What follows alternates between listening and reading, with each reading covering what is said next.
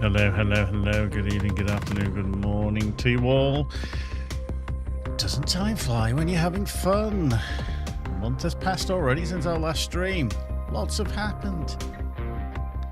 Let's see, we'll have a little chat about that, shall we? Let's see what we've been up to this month. So grab a drink, park your bottom, and yes, we'll have a chat for a couple of hours about all things EVERSPACE 2, shall we? Be live in a moment.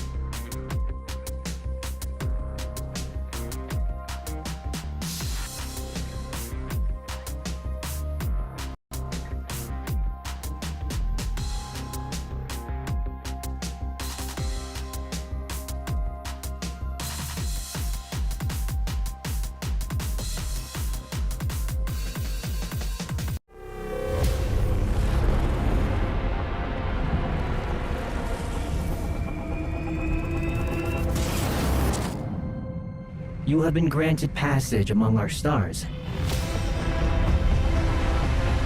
This is a sacred service. Join our fleet's torchbearers. It is the human who defiles our pilgrimage. No one has ever ventured this far.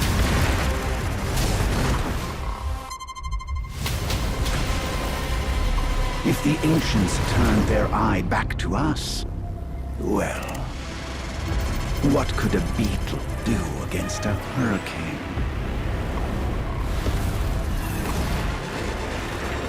What the hell's wrong with the sky?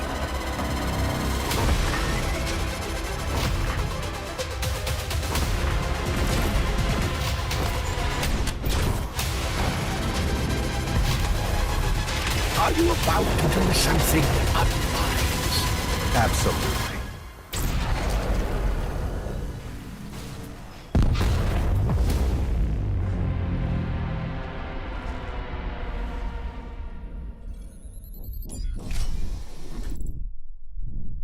What have you done to me?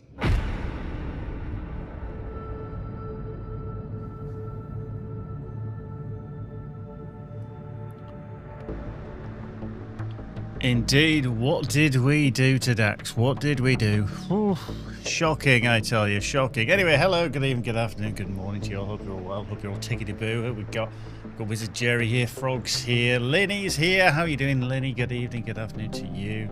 Lee's with us as well. So if you do have any questions, as always, throw them into the chat. Lee will collate them. I'll try to answer them. And if we can't answer them, then we'll follow up where we can, as always.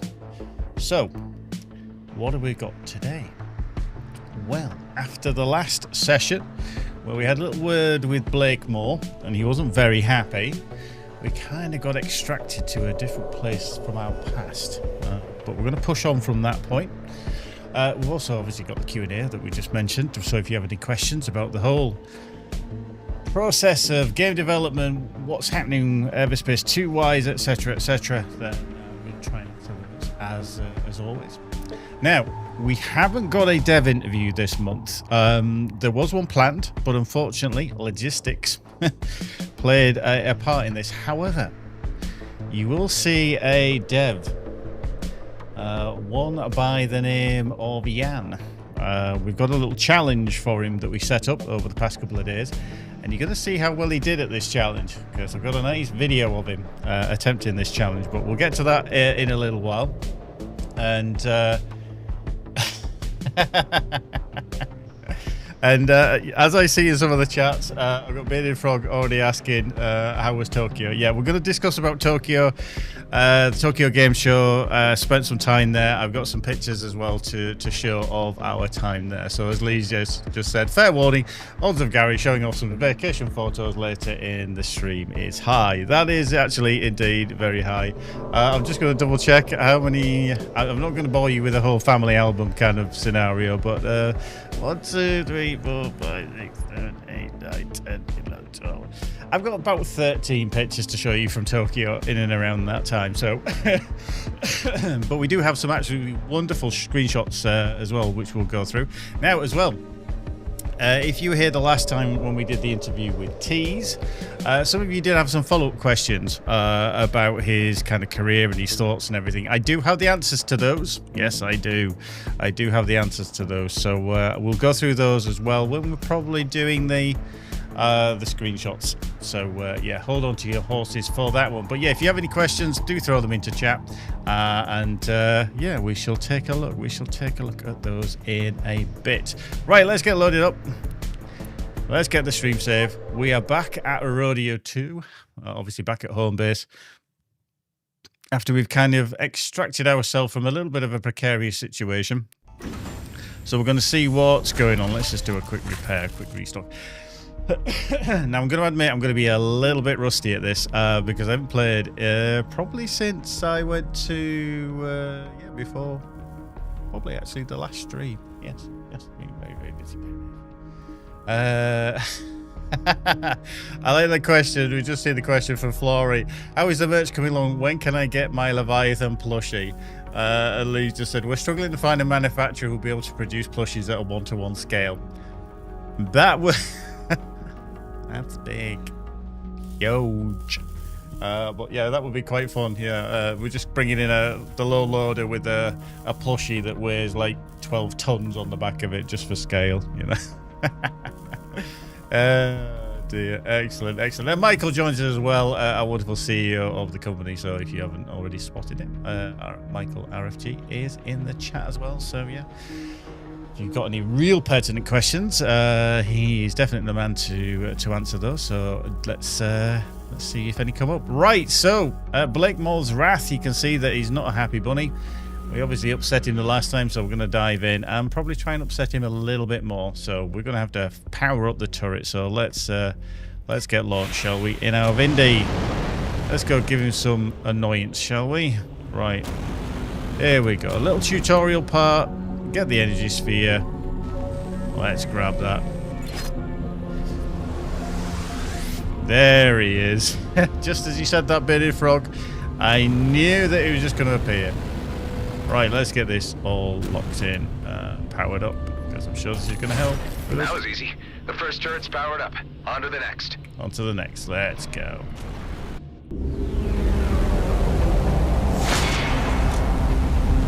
Here he comes. Damn, they're here. And they brought the big guns. Brought the big guns. I have to take matters into my own hands. It's high time you were neutralized.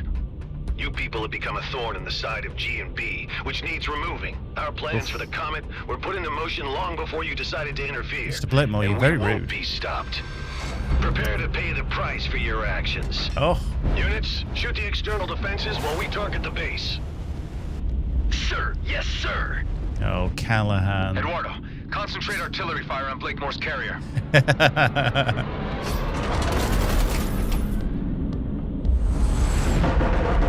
What the hell is going on? Our intelligence was clear that this base's defenses were no longer operable. How was this information wrong?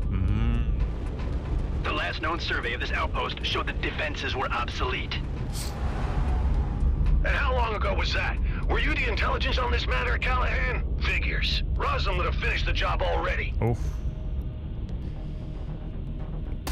I better power up the other turrets fast. Right, let's get powering up the other turrets. Let's get some funky music going as well, some action music. Oh yeah. Right, let's dive over here. And I get shot at, that's not very nice. Another turret powered up. Oop, thank you.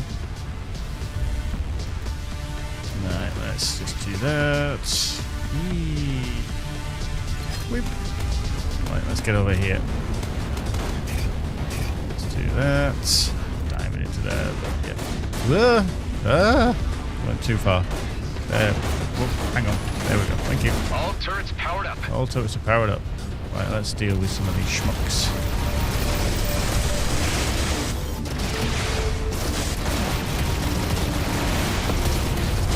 How is everybody? These cowards do not fight with honor. Yep. This is our advantage. Right on. Your resistance is spirited, but your downfall inevitable. Inevitable. Right, some wreckage there. Let's just repair the drones, get them rocking and a rolling. Okay, we can't get the malware uploaded yet. So right, there we go. Massive projectiles were just fired from the carrier. Those are mining torpedoes. They could shatter this asteroid to pieces. I need to intercept them fast. This is the moment where I wish I had a flat cannon. That would be really cool. Right on up. There we go.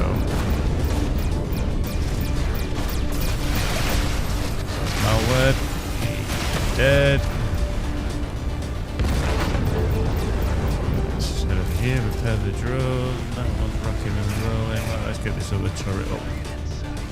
Good old flak here. Flak is very handy for dealing with things such as incoming rockets. Everyone okay? I'm doing fantastic. How are you, buddy? Oh, Yeah, well, Alex, I suppose Alex I've been in on more fire, intense isn't he? situations, but I can't think of them right now. Several torpedoes are incoming. Uh-huh. Right, let's just get over that. You are only prolonging the outcome. You will soon be consigned to history. Oh.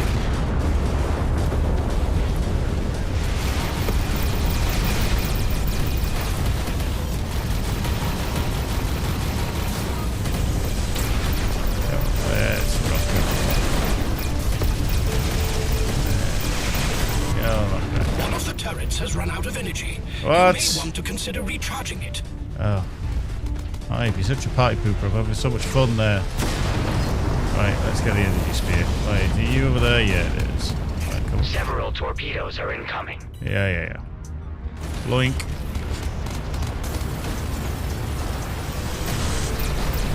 We're getting this close probably isn't a good idea, but hey ho, we'll go with it. Thanks for the invite, man.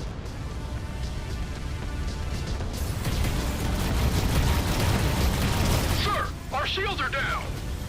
I've had enough of this. Fire all reserve torpedoes at once. That's not very Aye, nice. sir.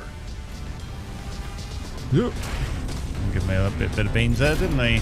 Right. Adam, there is a barrage of torpedoes incoming. Yeah. Intercept as many of them as you can, I'm or going we to. won't withstand the combined impact. I'm going to.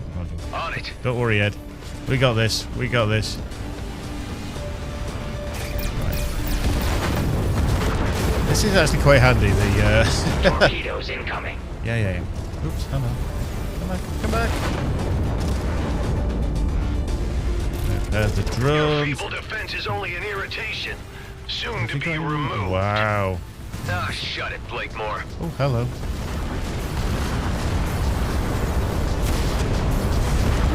Let's,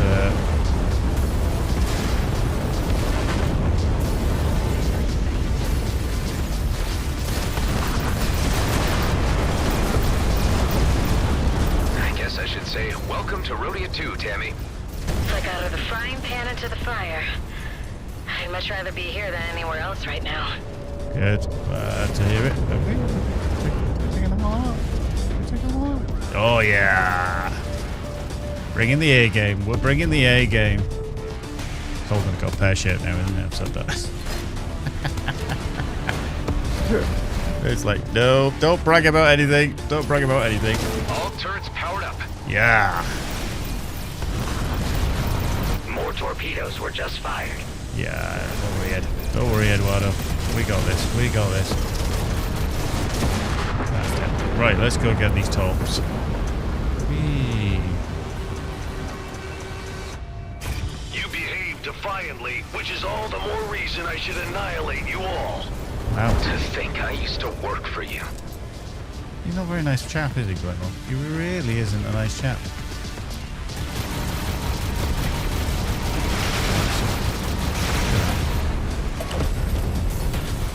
Okay, guys, keep it up. We can win this. We can win this. We got this rocking and a rolling.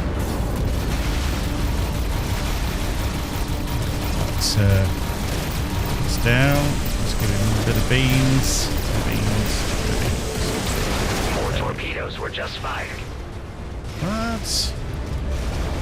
Don't even know when to give in. Oh, we're doing. What do we? Boom. Sir, we have suffered heavy damages. Shields are depleted. Damn it. I'm ordering a tactical disengagement. All units return to You base. see, we've scared him off. Scrap. Scared them Engine's off. overheating. I can't jump. Request immediate assistance. Your ship, your problem, Callahan. Fix it yourself and get back to base. Shanwolf, how you doing over on Twitch? Yeah, do dive in, do dive in. I can't help but see the poetic Yeah, justice in this. yeah, home cross, is Remember this a when speed you run? left us in the lurch, Callahan? Speed run and maze don't always go together. Whatever. You suck, and I wish I would have known a lot sooner how much you sucked. I would have sent you to your death before you got any delusions. I'm giving you this chance to walk away, Callahan. You're nothing without G&B. Without that little bit of power they give you, you ain't worth scrap. You're pathetic. Screw you and the shit can you rode in on. Wow. Watch out, the artillery. Eduardo, turn off the auto lock.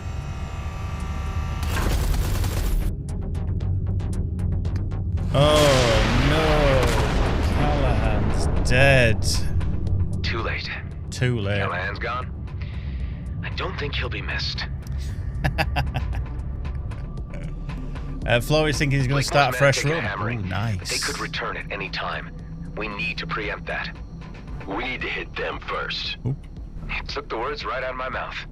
It would seem the obvious thing to do, all right. Wonder where my clone counterpart was in all this. I suspect up to much worse.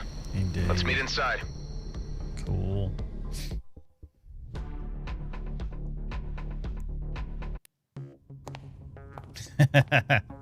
You're not wrong there, Frog. My previous ship was How's it looking? a doozy. We're holding up, but not sure if we'd be able to survive another assault like that. You reckon a counterattack is feasible? There are enough people in the DMZ having serious issues with G&B.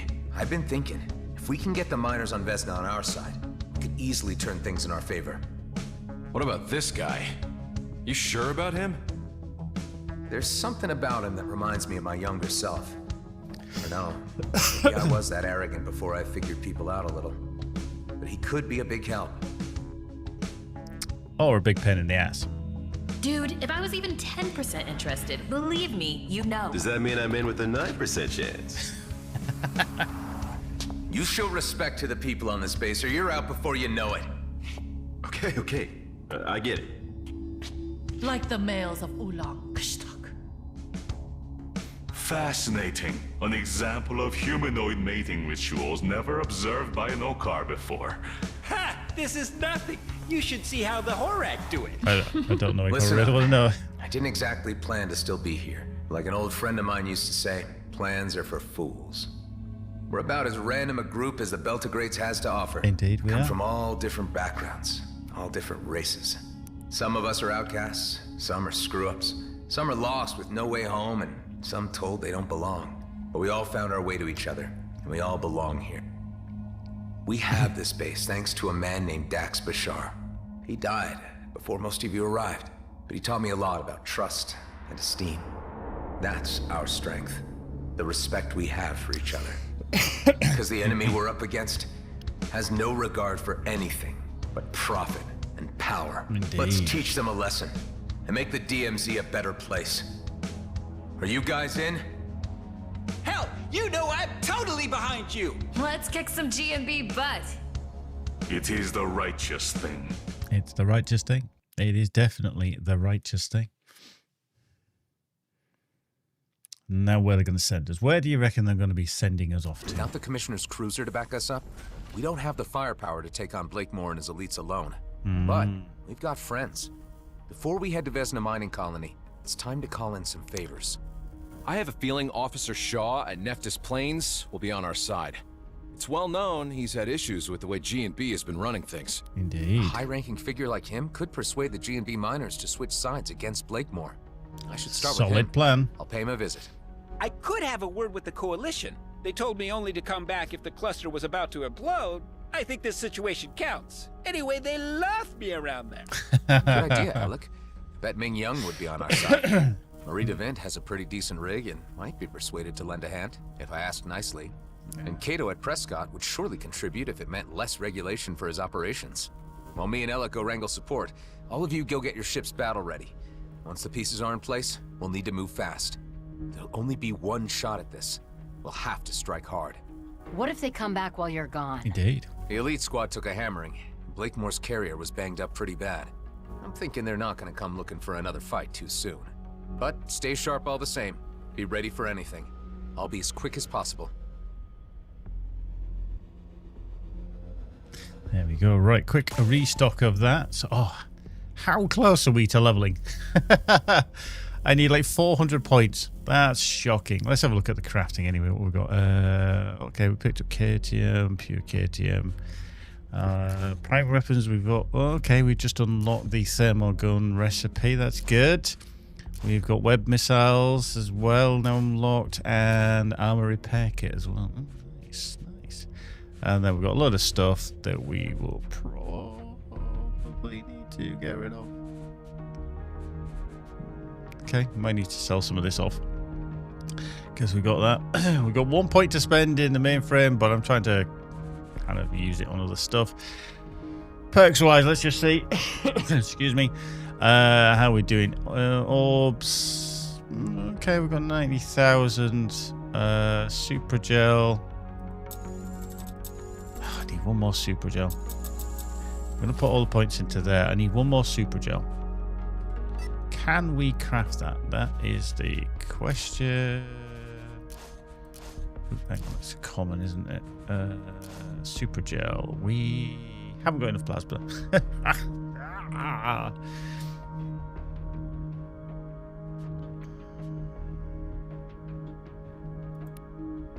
Right, there we go. So let's just check what we've got. We've got nice energy core bit. That's a 22. Now that is not bad. I do lose precision and I lose a little bit of shield, but the boost. It gives me structure over precision. Either. Regenerates 4% shield and boost energy for each enemy stunned by EMP. Okay, well I do use EMP, so we're going to throw that one in. More firepower. We get 7% repair per kill. Yeah, maybe kinetic over the jury. Vigilante set. Not so much. We'll take a look around here anyway. We've got the endurance unit. Right, anyway, let's get out of it. If you got any questions, Marie, do you read me?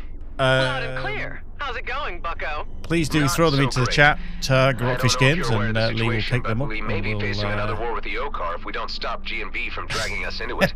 Betty Froggy's just asking, will Gary ever use his spare mainframe expansion? Are you mixed up in all this?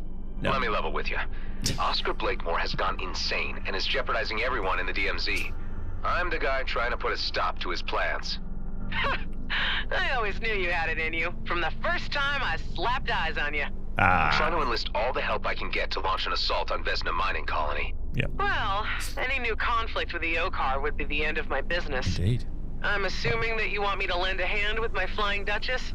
If you're willing. You know you want to.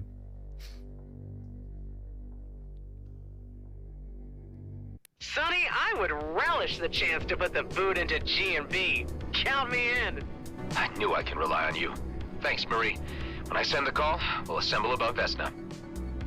Excellent. Right, so let's just double check. Mission? Yeah, made for expansions.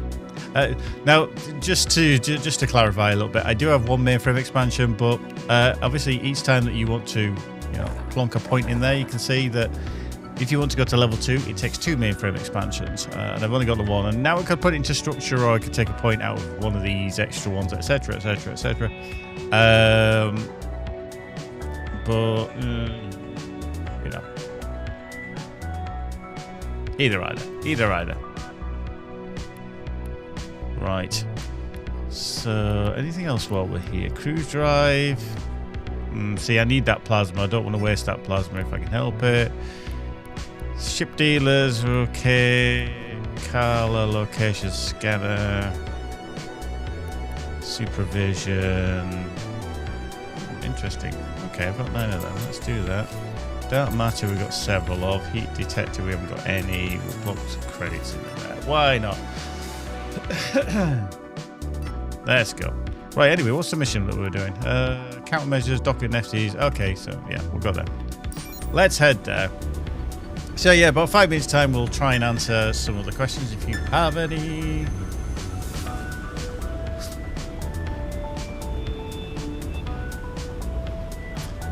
You see, I'm one of these people, Frog, that if people start saying, you got to put that point in there, do that there, I'm more likely not to do it now. And people will be like, how can you not?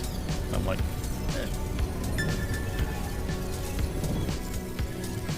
wee, flying down to lefties.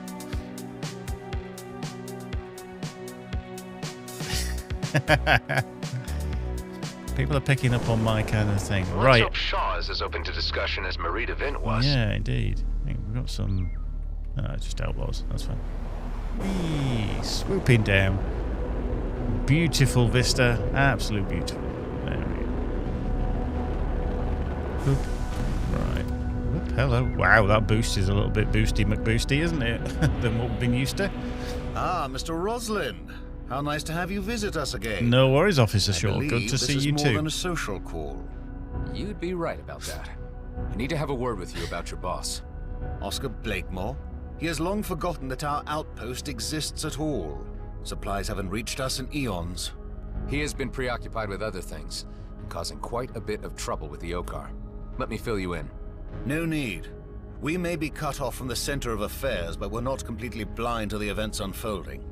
I have been picking up bits and pieces from G&B internal communications, and have registered the rising tensions with the Okar.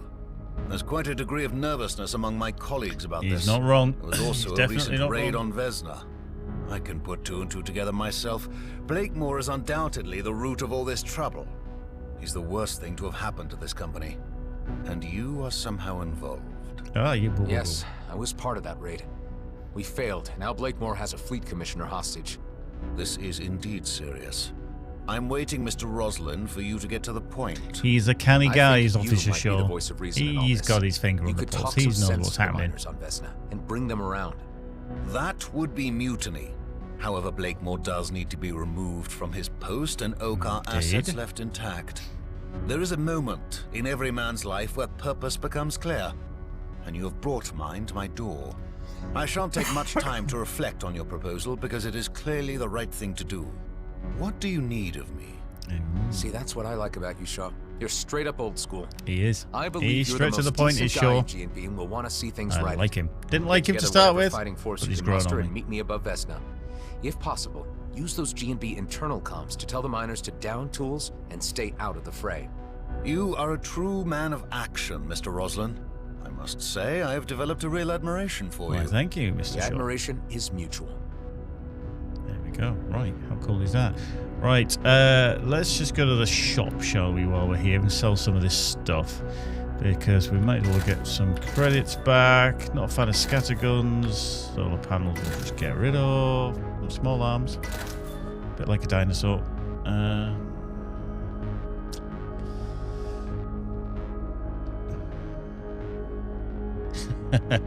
That's a very good point there for Bearded Frog. If he knew, he'd start short selling the G&B stock before taking on the final mission. I can see where you're going with that. No scattergun, don't need that. That possibly, no. Yeah, let's just get rid of them. keep that. That we shall dismantle. That I really don't know what to do with that. That's a 21. Slightly less armor. I lose about a fifth of the armor, something like that. But I gain.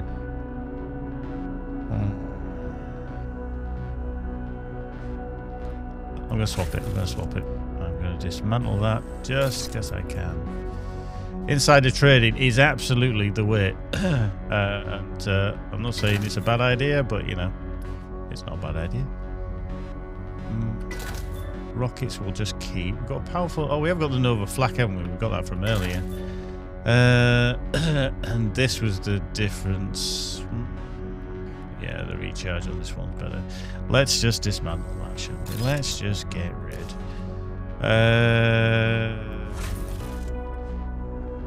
We'll go for the Scorpion missile instead, I think. Yeah, let's just go. There we go. Right. Have we got actually anything in here that's nice?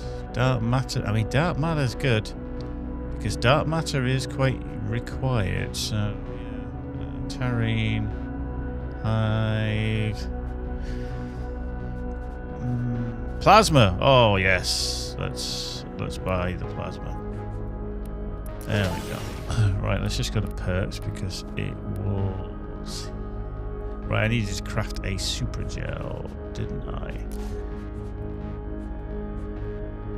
Right, let's just craft. There we go. And that should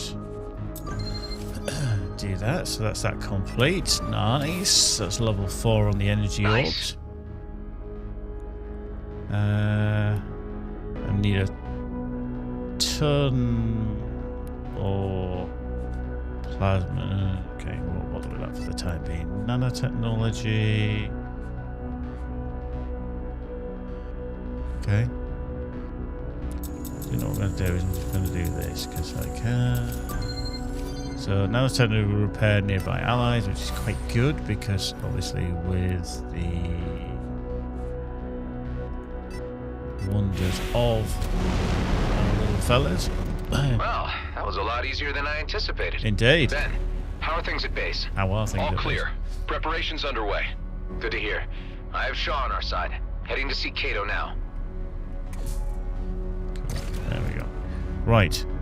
Just going to plunk that into photo mode. Just because I can. Just to stare at the wonders of my gorgeous coloured ship. Which is not horrid in any way, shape or form. Just a couple of questions that have come in. Shanwolf over on Twitch would like to know, would you all ever consider a capital ship scale game in the vein of a Rebel Galaxy? To be honest, our games have always been more aimed at the smaller kind of ships rather than capital size stuff. I think we do a very, very good kind of fighter, heavy fighter, large fighter scenario because of the action rather than specifically the bigger guys. So we have heard the call for people that have wanted various DLC. In fact, somebody on Reddit, I think it was only about 2 days ago, actually mentioned about, you know, oh, I'd love a carrier that I can move around and then disembark my ship and everything. Now, obviously, there's no more DLC coming for EVERSPACE 2. Our last Wrath of the Ancients is that in terms of that. So we are obviously winding down in terms of any kind of production on EVERSPACE 2. So anything in terms of capital ship scale, probably not. I don't think it kind of fits where our skills best are, but who knows? The other one is just Bearded Frog from will Gary ever use his spare mainframe expansion? I will eventually, just, you know, sometime. Just sometime. Right, so if you've got any more questions, do throw them into chat. I shall answer them as we go. Let's crack on with the rest of our mission. Head into Union Bridge. Welcome from Japan. Sorry I cannot read your username. My Japanese is next to non-existent, even though I did enjoy being in your country when we managed to visit. The second thing, not only that, just under 2 weeks ago when we were in Tokyo for the Tokyo Game Show. Wow, Alec, you really are glad to hear. Wasn't that a given? that you're loving the game over on YouTube. And welcome to the stream. Welcome to everybody. I'm glad you're all coming back. We're still doing these monthly, just to keep you all entertained and keep you very interested in whatever we produce. Right. So let's head to Union Bridge. I think we've got a little bit of travel to do, haven't we? Excuse me. Still getting over the dreaded con flu. Yeah, I did bring a dose of that back, and I was very poorly when I got back. Unfortunately, I passed it on to my wife, who's very poorly at the moment.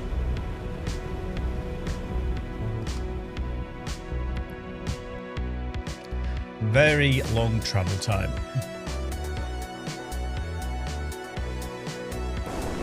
Right.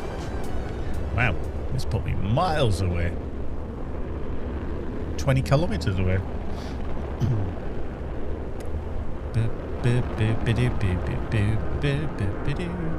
Right. Should we have a look at the trading outpost and see what he's got for sale? See if he's actually got anything decent. Because it's always handy, and I do advise this as a little tip, even as you are grinding your way through the upper levels, is to check out the various trading posts, etc.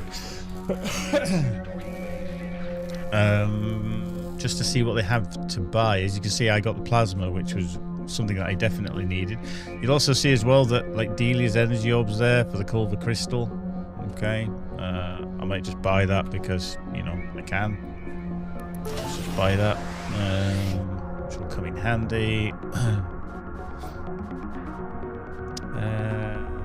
I mean, that's great recharge speed, but the speed gain is a little bit problematic. Yeah, nothing else there. Nothing else in it.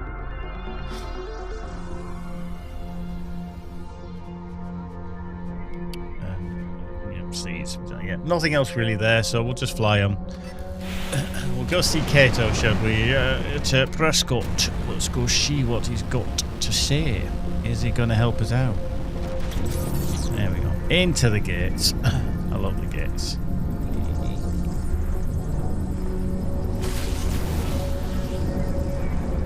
Boink.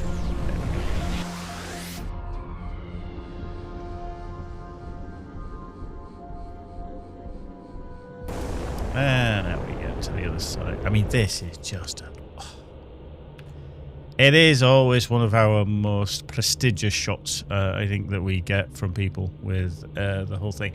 I'm just going to answer one question that I just see there from Yahon Cross. Will this game get continued as bug fixes in the future? I mean, obviously what he means is continuous bug fixes and updates. We are only going to be looking at particular bugs as they arise. So if there's something that's critical that is going to cause an issue with the game, then we will look at fixing that. There's not going to be any more updates as what we've done in the past. So literally we are monitoring for bad bugs, really. Something that's kind of game breaking. If it's something that's maybe advantageous to the player slightly, then it probably just will let that slide because it's a nice perk. But if it was something that was basically causing the game to break and be unplayable, then we definitely look at it because it's something that we're very very keen to do. But there's not going to be a continuous rolling of patches, etc., as we've done in the past. Look at that. Oh, beautiful, beautiful. Right. So, right, let's boogie. Let's get on to Prescott. Up and over. Excuse me.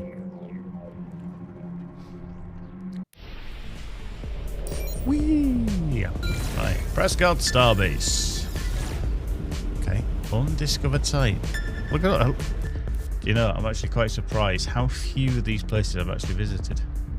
Okay, that's just a job on the fly, unknown signal, undiscovered. I can't actually believe I've not been to some of these.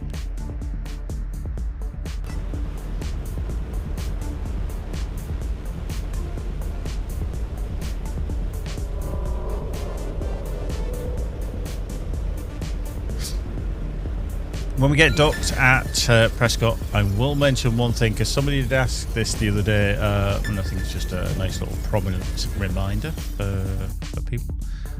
Nothing major, but I'll just mention it while we're there. We get docked.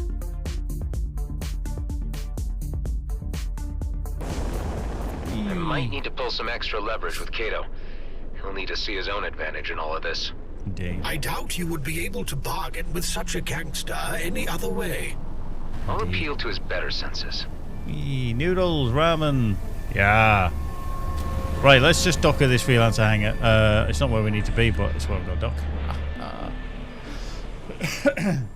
Okie dokie. Right, let's just have a look at a little ship dealer. Dark Star 3. That's a specific one, isn't it? Dark Star 3. Like it. Right, anyway, when we're in the ship, and then we're going to customize here. Now, obviously, as you go through the game, whenever you start and you collect, etc., all your different colors, modules, etc., somebody did ask if you had to recollect them if you should start your game again, because some people do.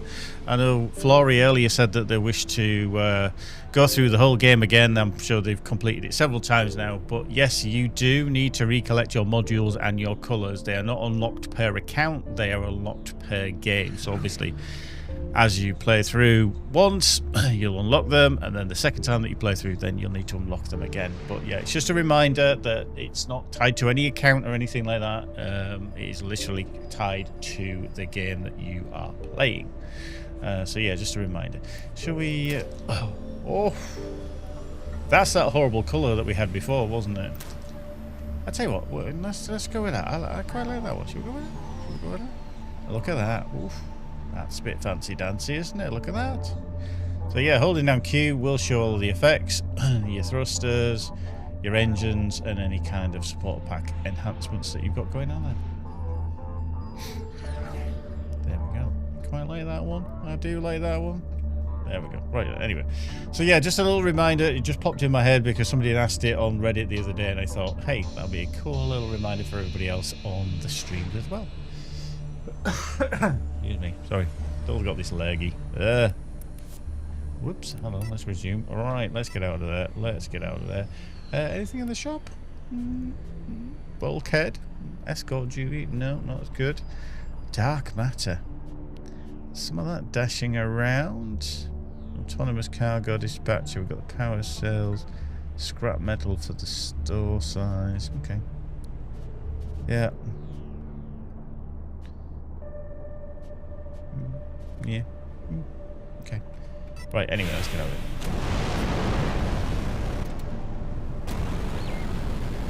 There we go. Whee! Ramen!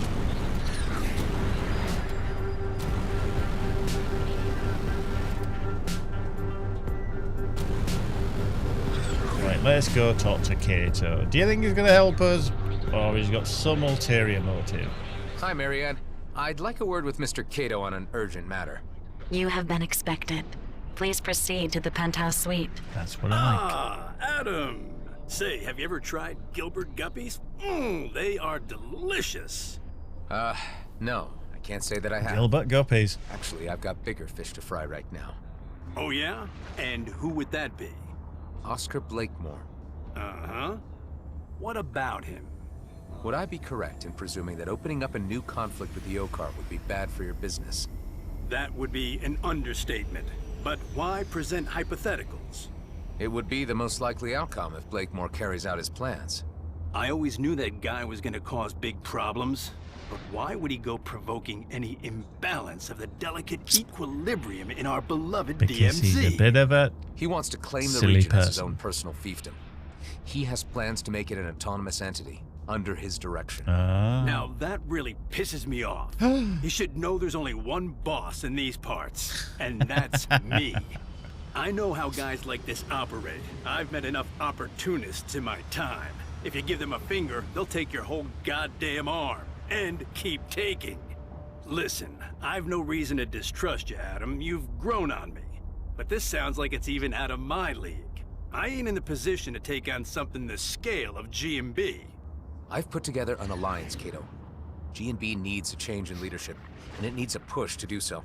I believe that if you join us, that will give us the strategic and tactical edge we need. We need firepower. We need more fighters. Wow. And to think the first time you wandered into my penthouse, you were just a nobody with an attitude. I'll tell you what. Let me do my due diligence. I'll ask around about the state of things. And I'll get back to you as soon as I've made a decision. Don't take long, Kato. If you're not part of this, your name might not be worth much in the future. This is an opportunity. Wow. Choose your sides wisely. Oh, I get you, Adam. I have to say, I'm impressed. And a little unnerved by your methods of persuasion. Okay, so be advised, when you continue with this mission, your freedom to explore will be limited until you complete the storyline. We highly recommend that you create a manual save game and prepare well before heading to Vesna Mining Colony. Now, that is a kind of an excellent little thing that we dropped into the game to make sure that, you know, when you get to this point, something's going to happen, okay? And it's going to be tough. So, fair play to the team for dropping this in. Heed the warning. Do a manual save, and then before you carry on, let's go. You know, do whatever you want to do before you head there. But yeah, it's really, really cool. And I have to say, I like Adam's attitude change. He's like, boom, I'm going to, you know, drop the bomb on you. Save a lot, yeah. I think that's a very good E2 Moto over on YouTube. It just said, you know, save a lot. It is a very, very good idea to manually save. Because when you're in here, you can see I've got a couple of saves here, for example. But if you create a manual save, it will not get deleted. Okay, it will not get deleted. It'll just sit there quite happy. So if you ever need to load back in again to that point, then you could just load back in.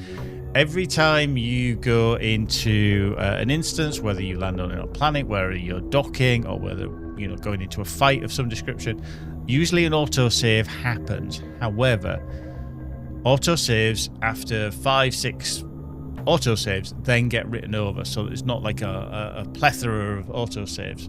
But manual saves are different. So as you can see, I've got this stream save, which I just continually manual over.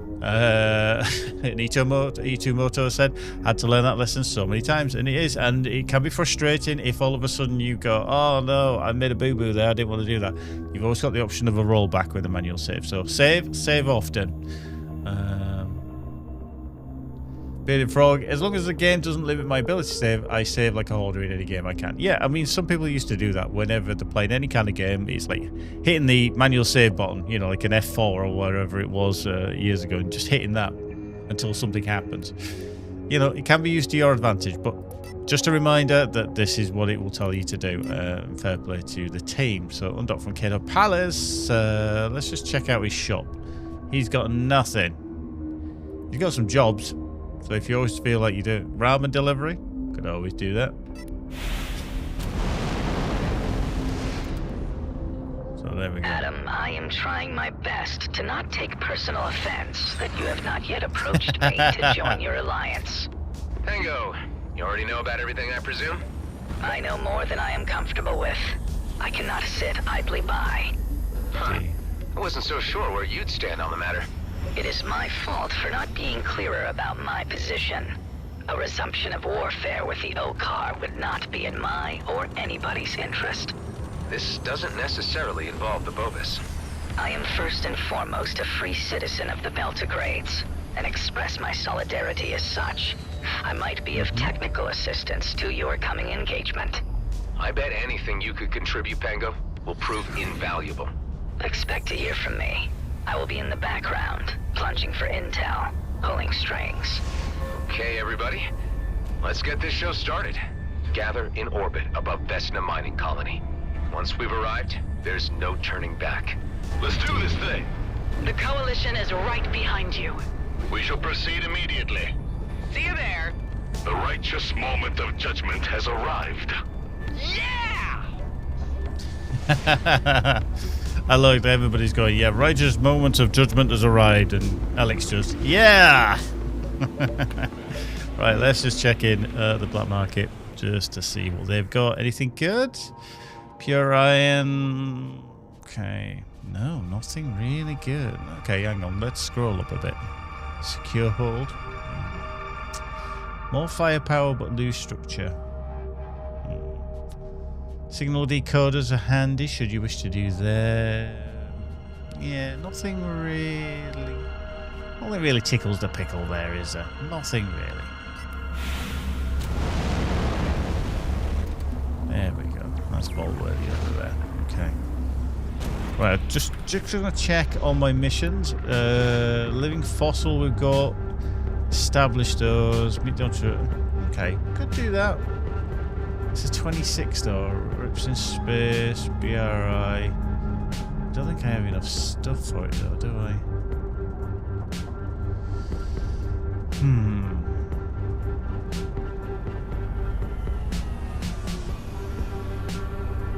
Now then. Do we want to do countermeasures or should we go on living fossil or something like that? Yogla, how you doing? Good evening, good afternoon, good morning to you. Welcome along, welcome back to the streams. Good to see you. I'm feeling like I could do with... Let's see Dr. Capadia and getting those things on the go. Let's rock and roll with the living fossils.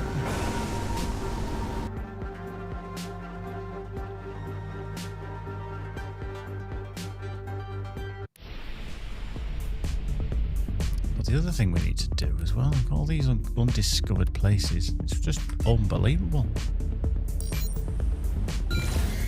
Right, off we go. While we have a moment, I should note that you are due a regular psych exam. Oh wow, really, Why? Hive?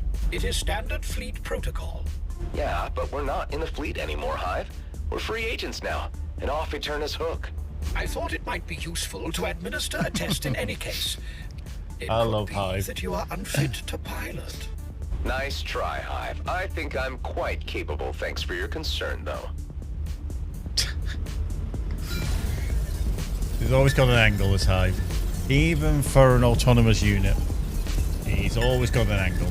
It's like, what? Minokawa has reappeared. Any contractors available, please respond. You might not be up to the task, so we might have to take you out with a pilot seat. And it's like, what? Okay, so Minokawa's appeared as well. Oh, hello.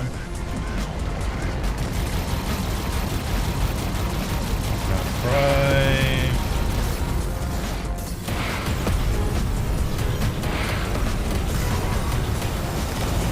Level up! Yeah!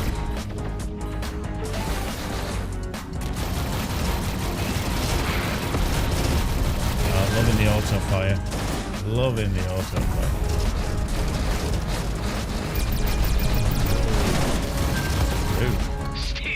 Steerike. And level 25 perks as well. We can repair the wreckage. Okay. Let's just go get docked over there. Taking the Minokawa along would be quite nice.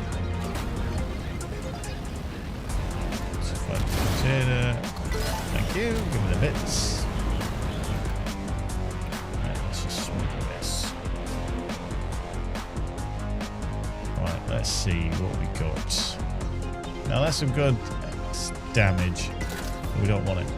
That's slightly better given a firepower rather than precision. Okay, swap that. Let's just dismantle that. Let's just sell that. What's he got? He's got rapid flak. And we do have the powerful Nova flak, but it's getting a little bit long in the tooth.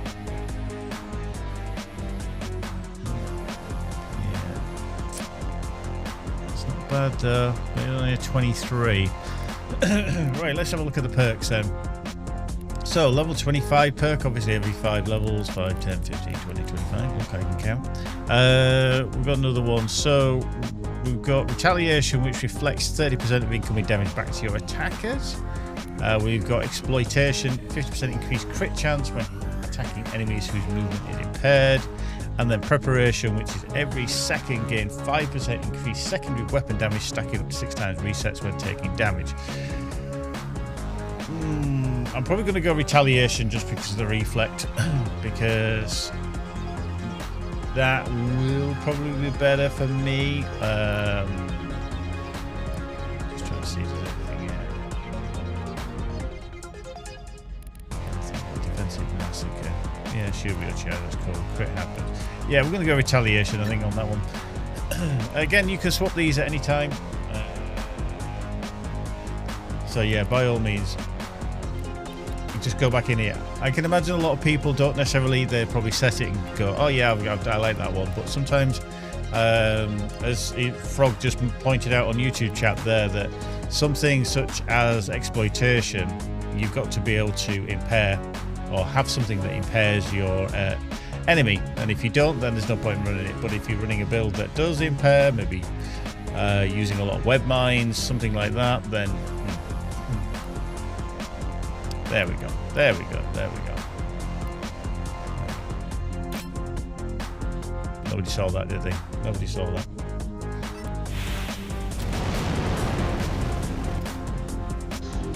Right, let's boogie. We need to get through there. There's an obstacle in the way.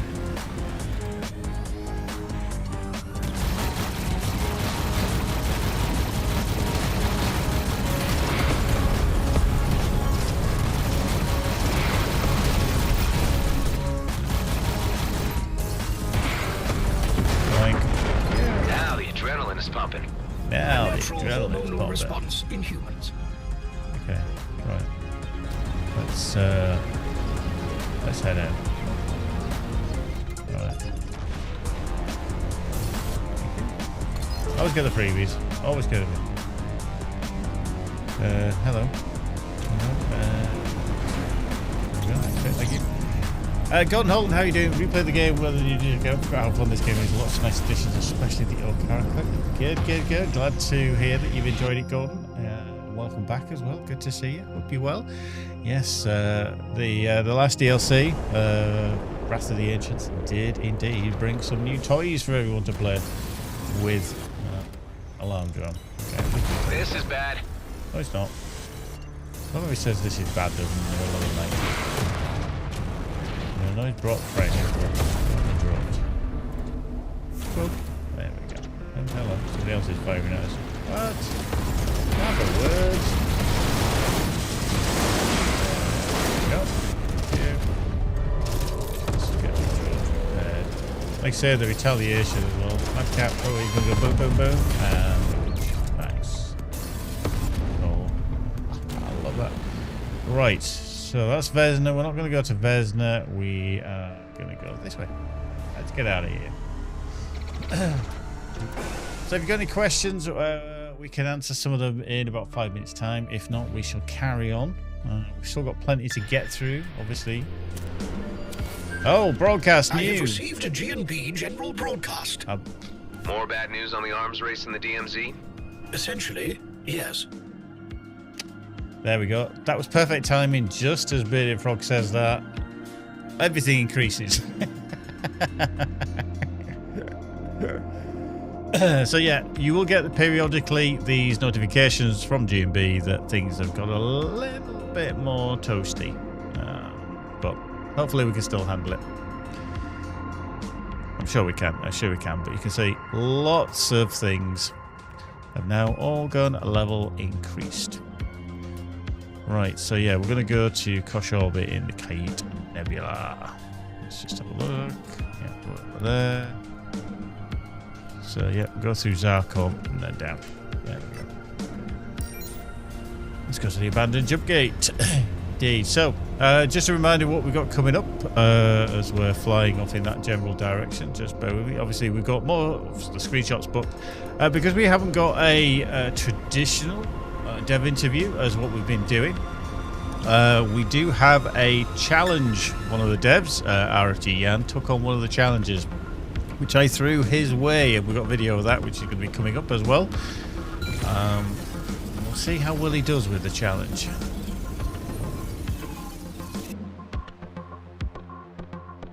And I'm going to be asking you, how well do you think he's going to do before we show you the video? Whee! Right, there you go. See, level 27, 28. All of a sudden things have got a little bit worse. Set down that wreckage. We activate the ram gate. Indeed.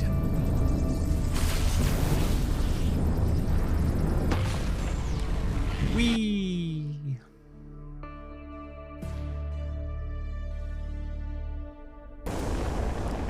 Excuse me. Right, into a little bit of a fight going here with it. Oh no, okay, the Redeemers are only level 25 here, that's fine. But let's just get some of these out of the way, shall we? Yeah.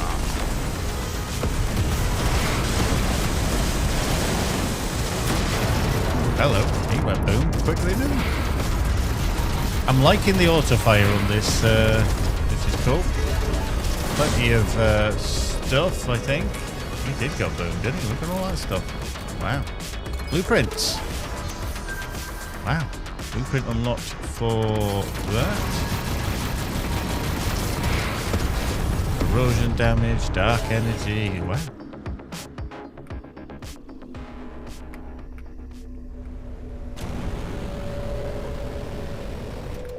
Nice.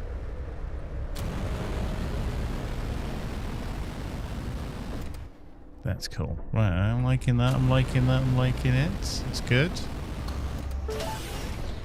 Some wreckage there, okay.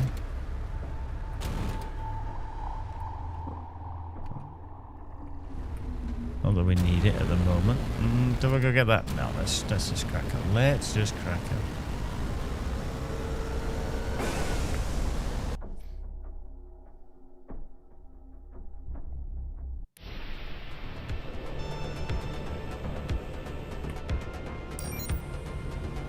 Let's go to Kosh orbit.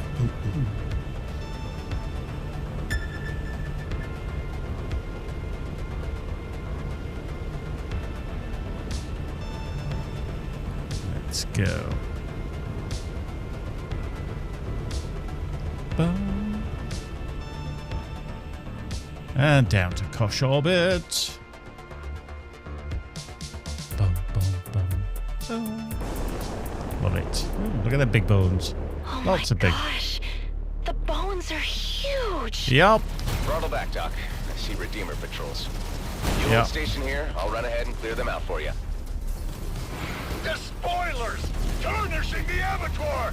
All are needed! All! Well, it's not crazy at all. These Redeemers, not nuts. Completely and utterly unhinged. Crazies. Very crazy. Okay, who's about? Yeah, 4. That's you. Fair enough. Come on. Come on. Boom.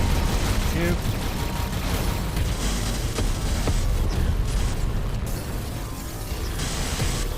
You. Anybody else?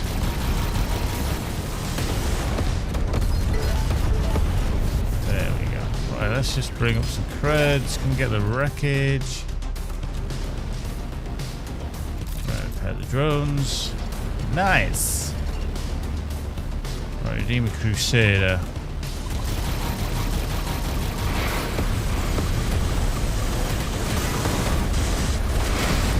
I don't see any more of them. Nice. Is it safe? Safe as it ever gets around here. What are you hoping to learn? I'm looking to establish a timeline. When the cluster was first colonized, there were rumors of megafauna in Kite Nebula, Leviathans. Sounds like a drunk spacer's tale, but giant skeletons. Indeed, indeed. Hostile contacts. Hostile Focus on your scans, contacts. Doc. I'll handle them. Okay, let's deal with them. All are here, all! Slay the despoilers! Wow.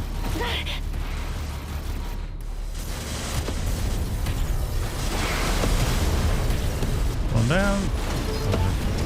Goods. And another one down. All the goods. Oh, hello. Target destroyed.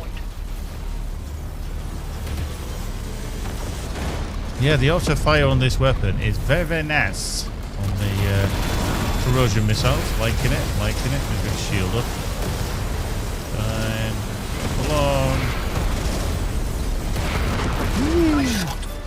hello.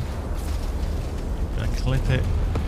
Yeah. Oh, he face planted straight into that Leviathan bone. Clovis 2012. This game is 10 out of 10. Please make yes. I love it. I love it. I'm glad people enjoy the game. The guys and the team put heart and soul into it with every bit of talent that they had from the design, audio, visual, mission design, gameplay mechanics, you name it. And we're very, very pleased. We're absolutely overwhelmed that people love the game and they want more of it and they want, you know, to enjoy it forever and a day. And we're very, very cool. Thank you very much for playing it and supporting us. It really, really helps. There we go. No contacts. We won. We won. This entire system is controlled by Redeemers. To claim we won would be flagrant exaggeration. Oh, come on, Hi. Pessimist. Yeah. Objective fact. Mr. Roslin, come see. I love it. Objective fact. I like that. If anybody ever calls me a pessimist, I am a pessimist. So, is this your drunk spacer's tale, fact. Nothing like this has been seen in decades. I ran my tests 3 times to be sure. These bones, they're recent. Radiation decay suggests these have been in space only a few years, and I found a residue that might indicate their point of origin.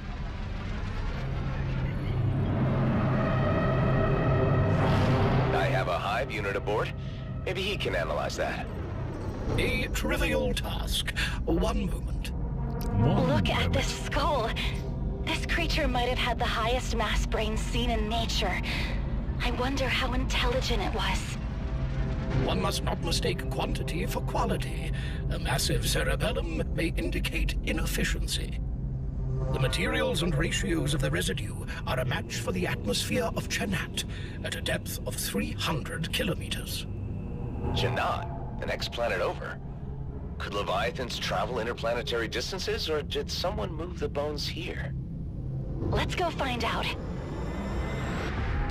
She's gone.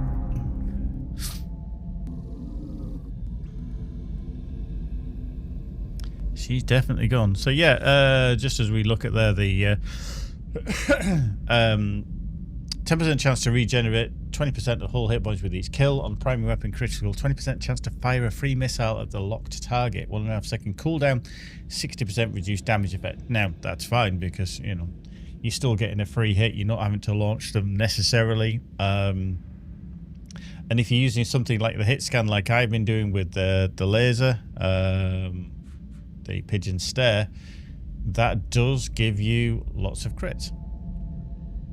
So yeah, what we got down here? See, that's nice. That will replace the synchro pulse to take down the energy, and then we can use maybe the pigeon stare. Might need replacing with something a bit more powerful in the future, but yeah, we'll see. We'll see. Cool. Right. Do we have anything that we can repair? No. Right, let's get out of there. Bearded Frog, I know you got the question there about the Leviathans mostly dying out. No, we've never explained that in lore, as far as I'm aware. Like I say, some things haven't been fully fleshed out, but certainly because something we could dive into with the lore masters as such, see if there's anything that we can divulge on that. But as far as I'm aware, that no, we've never explained it.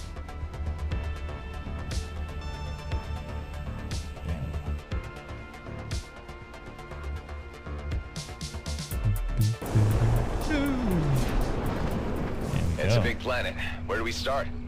I see 2 areas of turbulence below the cloud deck, like large objects are blocking the jet streams. More skeletons, you think? I don't know, but my ship can't go much deeper. Could you check them out? Sure thing. Cool. Yeah. Let's just, you know. How cool. That is cool. It's a cool shot. You know, the lightning, the cloud, the sun. It's such a And you feel like there's something down there that's just hiding and out of the way. So it's a cool environment. Whee, through the clouds. What was that noise? That was not my stomach. The turbulence subsided as you approached. Did you see anything? A flock of winged creatures. Did you copy that signal? What signal? Play it back for me. Replaying transmission. Whoa, that got a reaction. They appear agitated. What is that? Oh yeah, got the immune, aren't we? Can't stun these bad boys. Well. Doc, that signal drew more flying critters. They swarmed me. The cloud grazers. Why would they react so violently? Let me check that other area of turbulence you saw. Let's head over this to waypoint chance. So this is obviously part of the Titans DLC, which is cool. You get to see Leviathan and obviously the Dreadnought. Signal on the 1558 megahertz band. Sounds different from the first one. Play it back, Hive. Let's see what happens. More cloud grazers arriving. They are as vexed as the previous group. Whatever that noise is, they sure don't like it. Yeah. That showed them. Oh, nearly. Nice one. Boink. Slut. That's the last cloud grazer. Dr. Kapadia, can you detect any more turbulence down here? Doc, you copy? I have lost her transponder fix. Give me a marker for her last position. Oh yeah, I forgot about the Leviathan deep dive video. Yes, narration. Preferably not when you got cold. That's always fun. Maya, the ship is disabled. Salvation in their bones, their blood. That's just.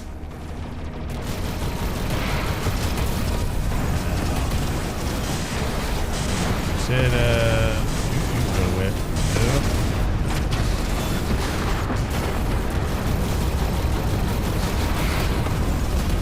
Nice.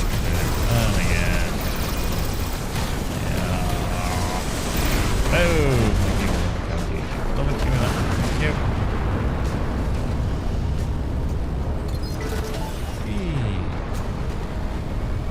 Okay, Captain Cardia, are you okay?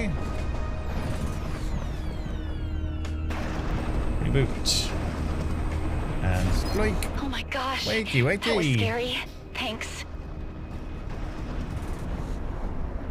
the Redeemer with the harpoon left behind some kind of gas cloud. Hive, He what was is just that? scared. A fly-through sample is required for analysis. Okay. Let's head down here. Splush! Gas is a musk secreted by cloud grazers. Pungent, but harmless. Why would Redeemers collect that? Why do Redeemers yell at clouds? The screamy guy showed up when you replayed the second signal. I think they were hunting whatever makes it.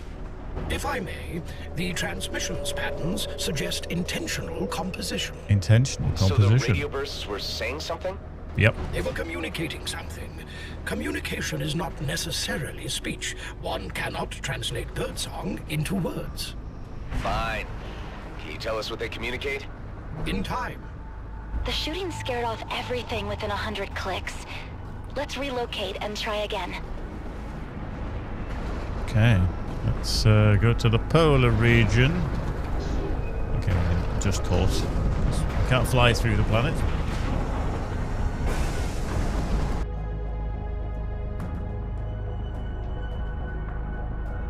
Definitely not. Right, let's just fly around. Whee. There we go. Let's get to the next place. Boom, boom. Better.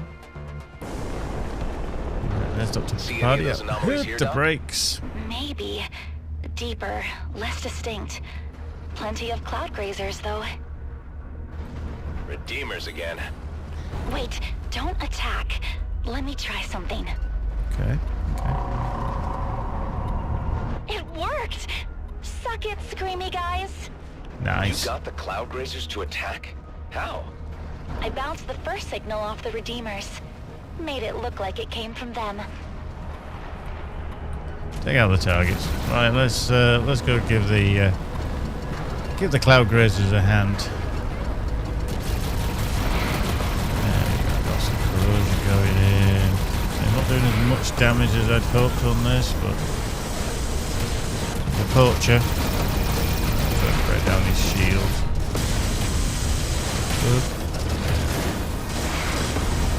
Like. Nice. Get down. Full plating. Okay. Those signals provoke cloud grazers to huddle up and make them aggressive. I think it scares them. My theory is it's a hunt call. Whatever makes that signal preys on cloud grazers.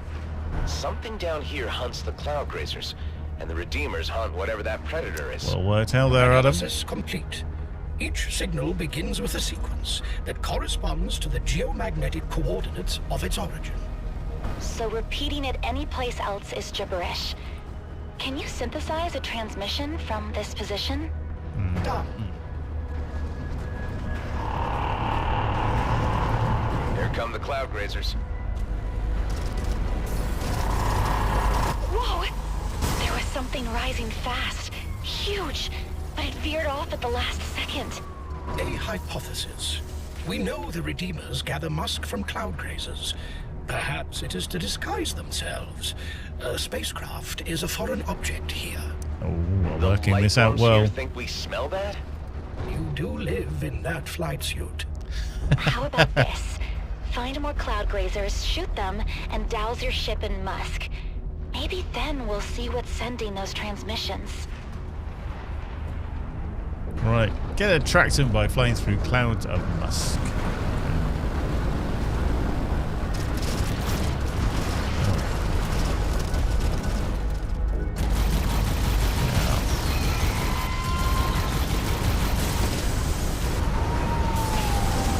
Damn! Nasty stuff. Yeah. I believe we have masked the scent of our ship. Indeed. Let's try this again. Transmitting. Upside down or downside up. Uh-oh. That might have been a bad idea.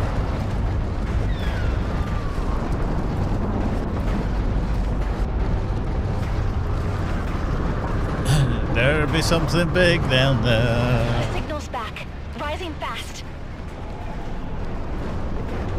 Behind you. Leviathan! Hi, all power to engines. No, scrap! Oops. I'm but a mere morsel.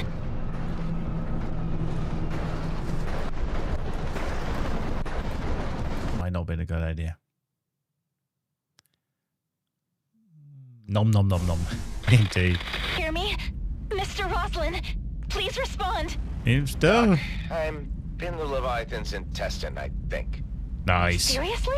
Yep. Can you send me a video feed? Sure. Done. Oh my gosh. I can't believe we found an actual living Leviathan. Me neither. What an opportunity. Opportunity, sure. How do I get out of here? If you upset its tummy or poke the right autonomic reflex cluster, maybe it'll spit you up. That's how most critters work. Cool. So let's annoy the insides of a Leviathan. Unidentified life forms. In here? How? Oh gosh. Of course they'd have a gastrointestinal ecology, but are those parasitic or symbiotic? Either way, they don't Very like good me. question. Okay, right, let's... Oh. There are electrical pulses traveling through those fibers. Could they be axons? Nerves controlling those muscles? The path to the next compartment has cleared. We should study those further. Regenerating axons could cure some forms of paralysis. Doc, are you seeing these clusters on the wall? What are they? Microbiota. Leviathan peptides. Except they're huge. So, macrobiota? We all have symbiotic ecosystems in our digestive tract to break down food. These are macrobiota astrocetacea. I grabbed a sample for you. Nice little close up there of that. Look at that.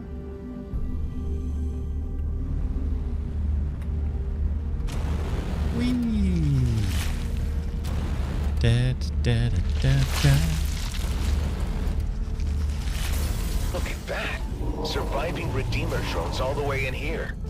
They appear to be harvesting the macrobiota. Ah. I don't know what they want with it, but they're not getting it. They're not getting it. No, you're not allowed it. It's ours. Thank you. It's mine.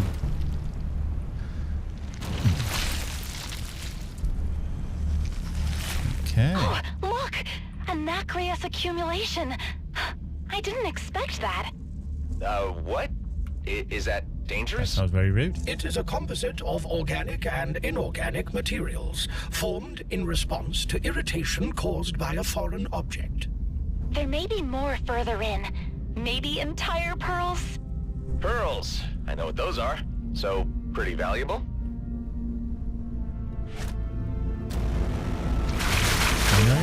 Oh.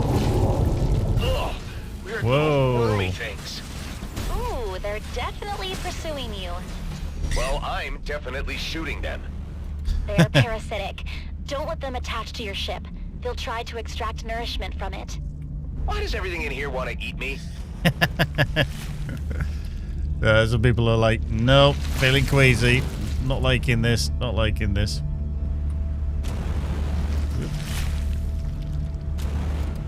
The papillae, I mean, the wavy limbs growing out of the wall. Could you touch one? Shoot it, or bump into it? Sure, if you want. Leviathan twitched when you struck the papilla. Sorry, the wavy limbs. Because I you see tasty. muscle activity up and down the tract. I think they trigger its gag reflex. If you hit those too often, it'll vomit you up. Or sneeze you out. I don't know which. Oh. I mean, you'll want to get out eventually. Just sneeze, vomit? Not yet. Any other way? No touching the big wavy limb things until I'm ready to vacate. I'm forwarding my diagnostic data on how agitated the Leviathan is. You'll know when he's about to spit you out. Cool. What's going on? The Redeemers are back. They're attacking the Leviathan. Wow. Doc? Maya? The ship may be disabled. We need to get out of here. Deliberately provoking the creature seems warranted. Yep, come on. Ejection imminent.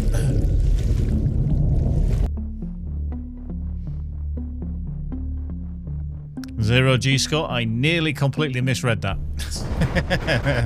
Nuke those tentacles. Restrain the beast. Tentacles. Lift it beyond the sky, into the purity. Let its breath be taken, and the carving begin. You gotta love the Redeemers. These creatures are endangered. Probably. Stabilizing. We got ejected, Mr. Roslin. sneezed. Horizon locked.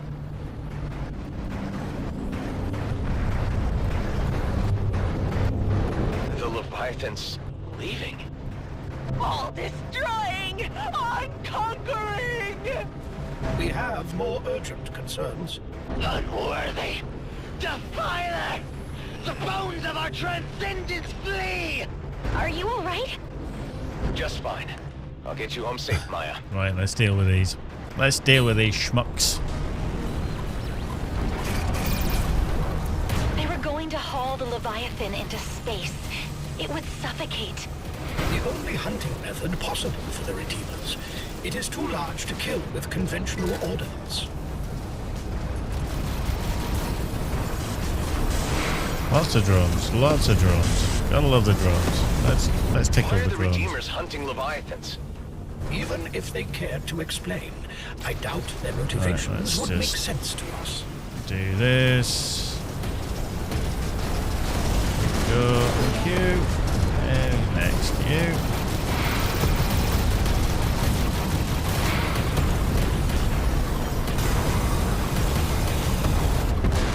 I hope players or the watchers and the viewers are appreciating that I'm using the G key. Yeah, I don't often.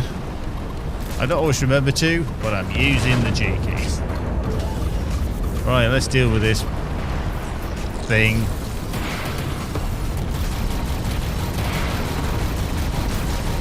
Let's take out shields. Oops, have a little lumpy. Really lumpy. Yeah.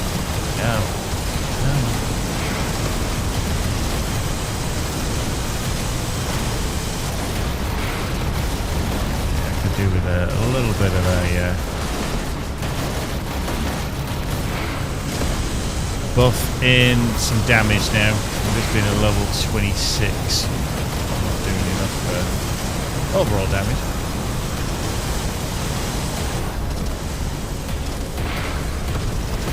Nearly there. Nearly there.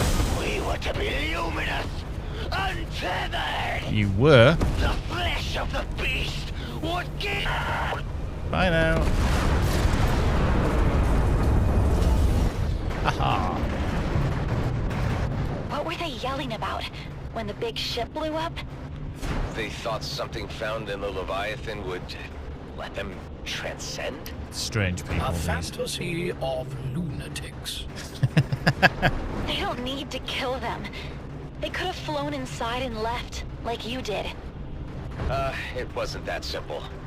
Never is The with the Redeemers Redeemers. may still harass the Leviathans. Indeed. However, that tractor vessel was required to hoist them into space and suffocate them. Doc, we just discovered an extinct species. You should let people know. I already sent our files over Eterna to BRI, Colonial Fleet, the OCAR, anyone who could protect them from hunters. Even if Leviathans aren't intelligent, if they're just... oh gosh.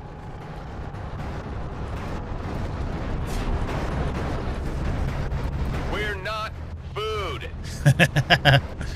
We're not food. Yes, just leave us alone. Let's get out of here.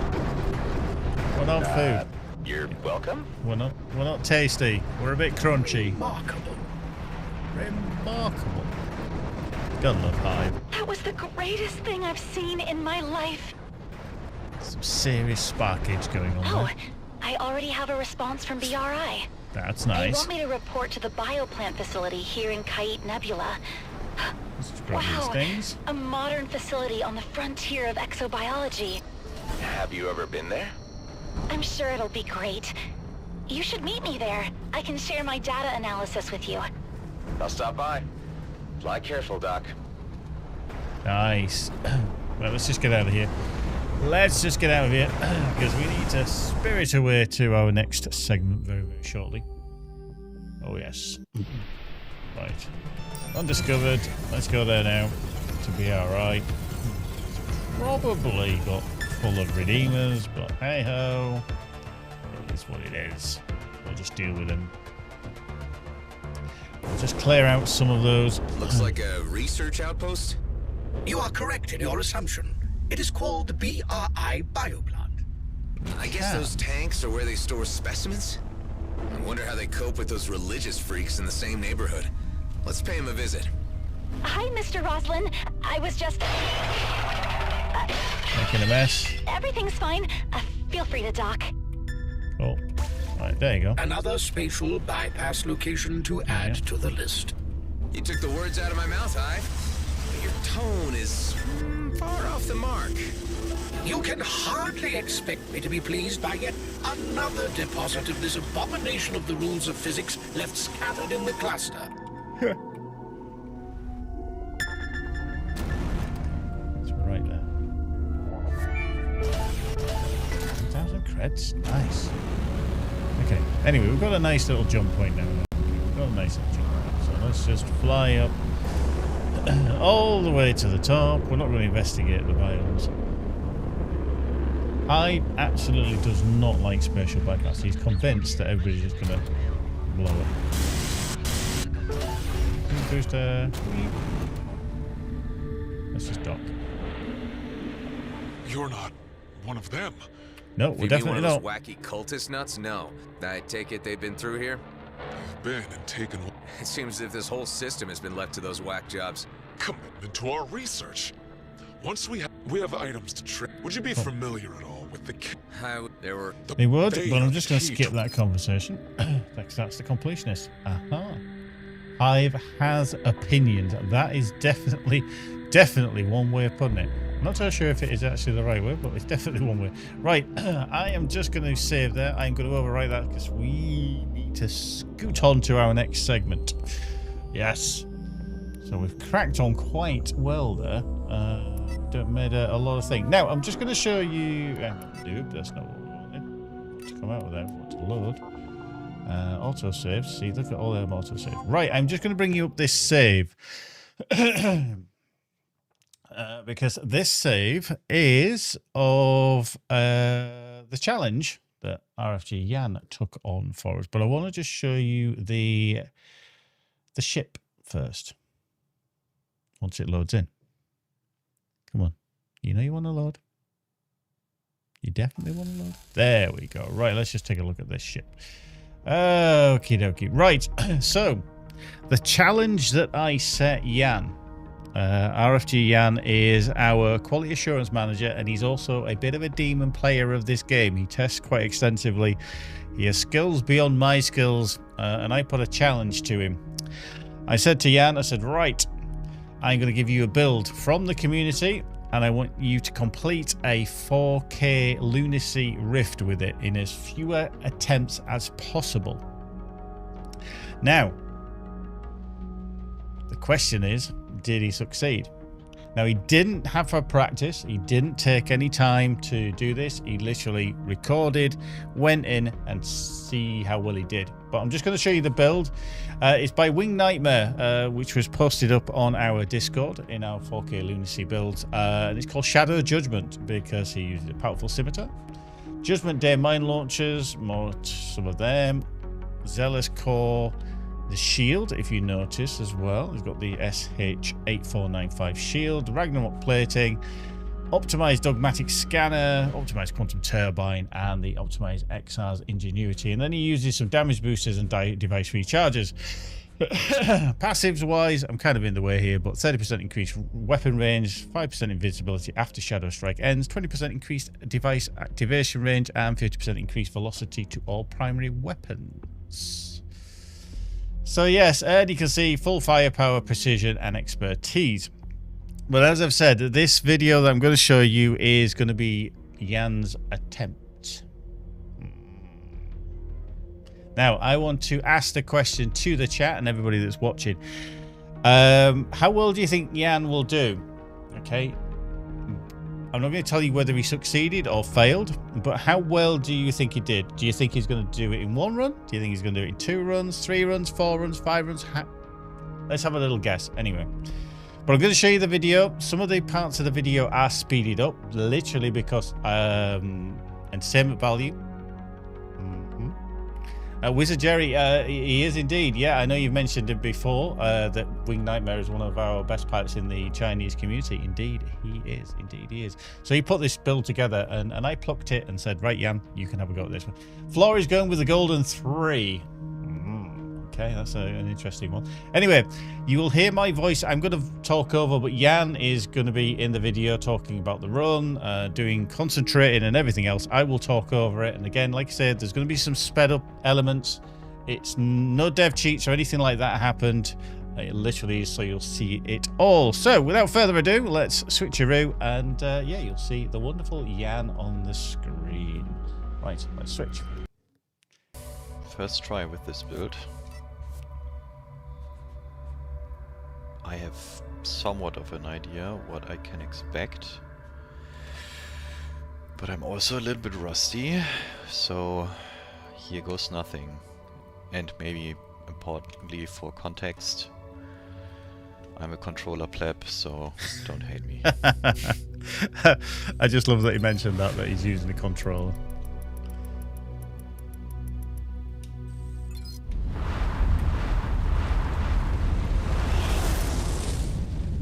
So here he goes in the same build as I've just shown you, so there's no difference whatsoever on his first run. So remember, he's not played this before, he's not done any form of practice. I literally gave him it, he had a quick look around it, and he's like, okay, we'll give this a whirl, and he recorded it, so.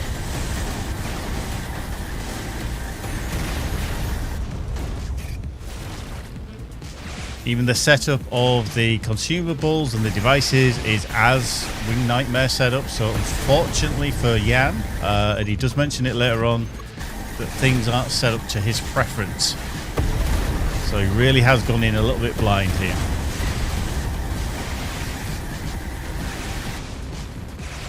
So keep going with your guesses. How many times do you think it'll take him to complete a run? Or does he not complete at all?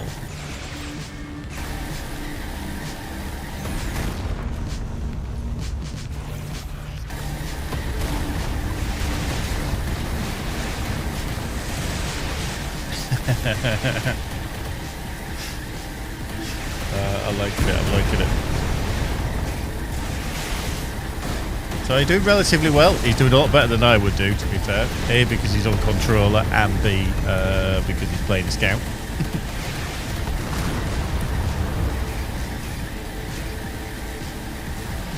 Bearded Frog's going 2, Slithering thinks 2, Flory went for 3. Okay, okay. You see he's a little bit problematic. His plating's gone and his hull's gone nearly. It's looking a bit precarious. Boom. Okay. That is expected. Attempt 1. For the first try. Indeed. Well. RFG Lee, you know me too well. Controller and Scout, 2 of Gary's greatest weaknesses. Yes, indeed. Right, attempt 2.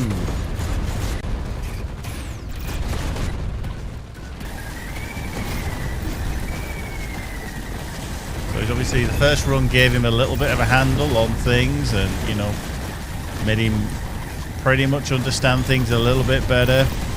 As I said, he went in totally blind to this, which was a little bit difficult.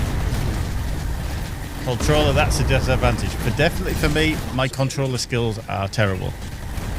You can see that I've sped this up. Jan is not doing anything really whizzy, but you can see as well that when he gets to the end of a part, let's see. When he gets to the end of this stage, then I just skip it on. So back to speedy as he's going on.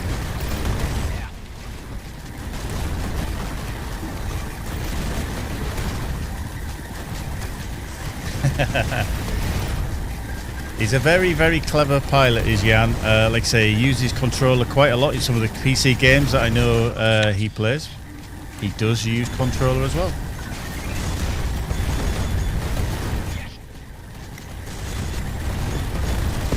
I used to be good with a controller many years ago. The original PlayStation. I got used to that.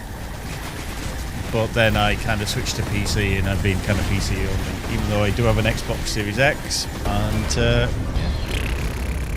there we go. End of stage 2. Into stage 3.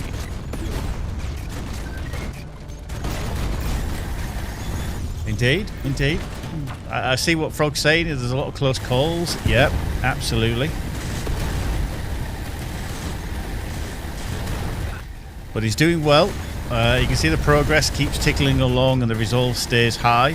For those of you who maybe aren't familiar with rifts, there's 4 stages to the rift, 3 normal stages, and then a boss fight. It's each stage you have to maintain the resolve. You've got to keep your resolve high, and that is your resolve to remain in this kind of nightmare environment. And then the progress goes up in terms of killing enemies. So make sure you kill plenty of enemies quickly. And as you can see there, we've just got 100% progress and 100% resolve. Okay, got some missiles back, or rather mines.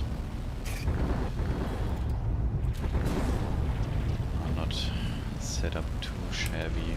Okay, so here we go. Stage 3 complete.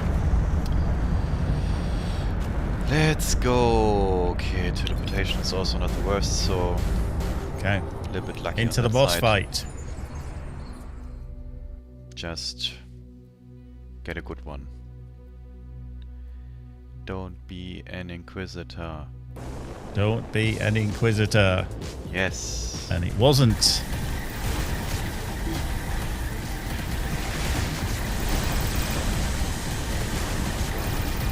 Nice hard battle here.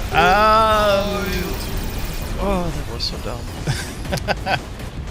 I should have just teleported there. Oh. Jan was so frustrated there. I felt so sorry for him. He got so close on the second run. Anyway, attempt 3. So anybody that guessed 2 runs? Fortunately not. But here we go.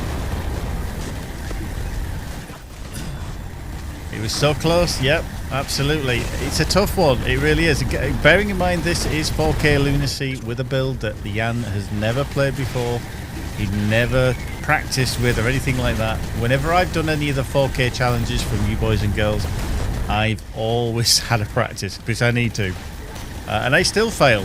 But then Jan took this on board and was just like, yeah, I'm going to go for it. And fair play to him.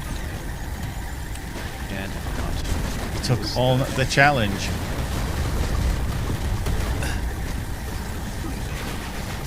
For anybody as well that's maybe not familiar with the 4K rifts, you've got to have completed a 2000 Lunacy rift. You must have completed it to then unlock the Nightmare mode, as we call it, which allows you to go all the way up to 4K.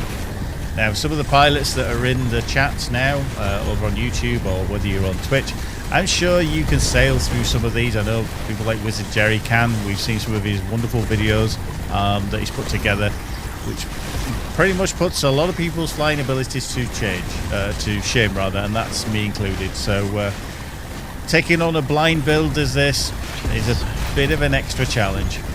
But we're doing well on this one. Resolve staying high. Progress is tickling along to 70, 80 odd %. Yeah, boom, there we go. Complete. On to the next stage.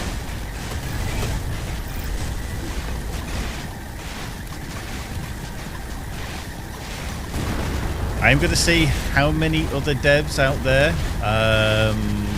would potentially like to have a go at this, because I did find out that not many of the dev team, and this is on second-hand information, not many of the dev team have actually completed a 2K rift yet. So, whilst we may create the game, doesn't mean we're the best players at it. We leave that to you, boys and girls. We'll do a fantastic job. Bearded Frog says, I think the main problem is that he isn't leaning with his tongue out like I always did. Indeed, I think there's always an element of sticking your tongue out helps you massively. Concentration levels are there. So there we go, 91%, resolve staying high, near to the progress. We're taking that overseer down. Bang, bang, bang. Yeah, still going, but the resolve is just starting to drop a little bit. Got to keep killing those enemies, and we complete stage 3. There we go. Right, keep watching.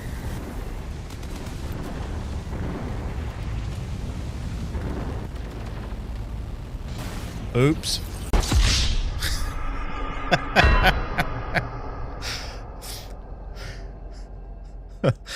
I cut out that one. Oh, that was hilarious. So, when you've got no shields and when you've got no hull, on an asteroid. Whacking into an asteroid is not the best idea. And I'm sorry, Jan, I did have to put in that wasted because that was hilarious. So we're on to attempt 4. Yeah, he did actually crash into the asteroid, yep. So it was just a bit unfortunate there. He was just waiting until the next section opened, yeah, a little tickle there with no plating and no hull into an asteroid. Oof, indeed. Anyway, we're on to attempt number 4. So if anybody said attempt 3, unfortunately, you are incorrect as well. But I think you could tell from that previous run, and even on the second run, he was kind of getting into the groove. Really getting into the groove. He's understanding the build a bit better. Again, everything's a bit unfamiliar. He didn't change any of the controls. But yes, the scenery can affect your run, and unfortunately he did on that one. He did make a bit of a boo-boo and met his demise on a very inanimate object. Now Jan hasn't seen this video, so I hope he does watch it back at some point. I mean, obviously he knows how it all went for him, but I hope he does watch it back. So here we are, onto the second stage. He did the first stage of attempt number 4 very well, but ooh, he got lucky there, as he said. A bit of a oops moment right there. Hulls down, plating's down. He's struggling a little bit, but he's fighting his way out.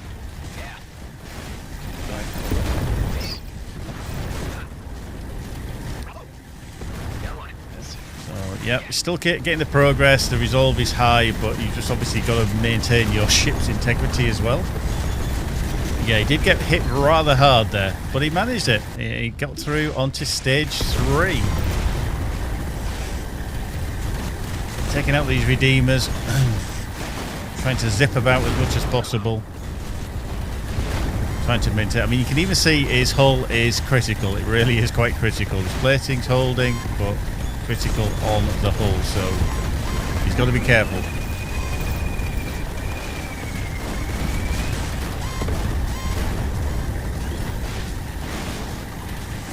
There's a very interesting question from Excelsior there to Wizard Jerry. As one of the high lunacy players, what's your setting for emphasis when you do high lunacy runs, assuming you use mouse and keyboard?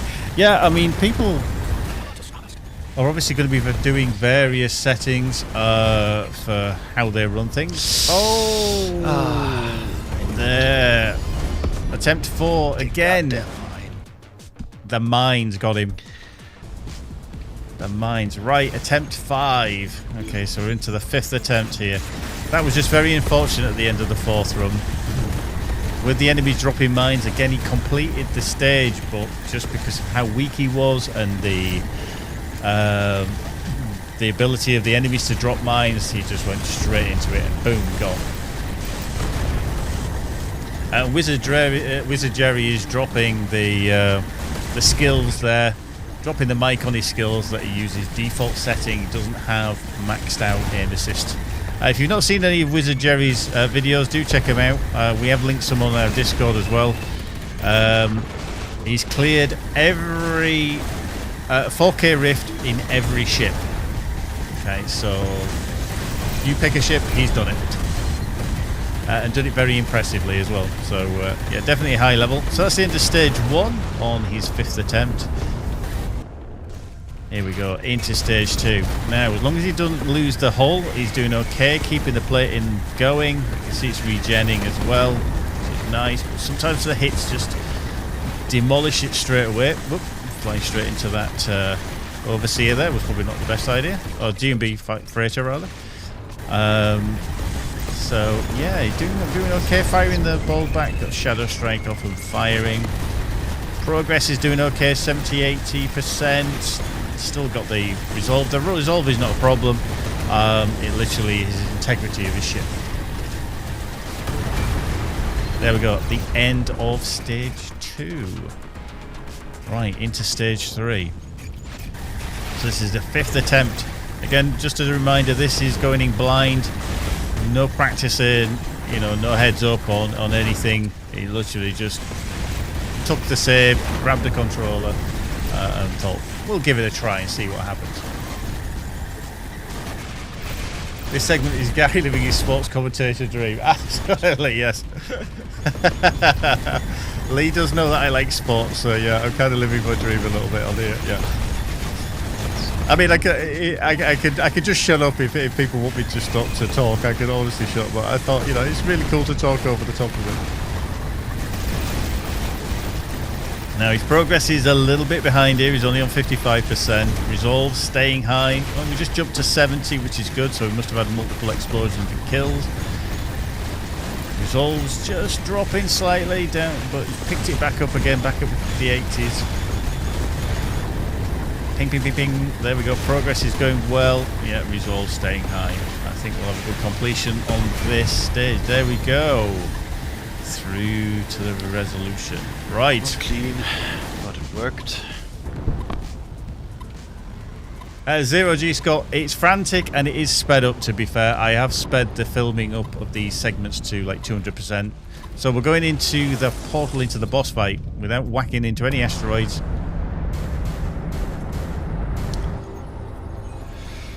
So, next try. Oh, damn. I didn't even check what the ability was. He just went in. Didn't check the ability, but here we are with an Inquisitor and the bubbles. So the bubbles do slow you down if you pop them. It's going to be very irritating because then you're a bit of a sitting duck. Here we are.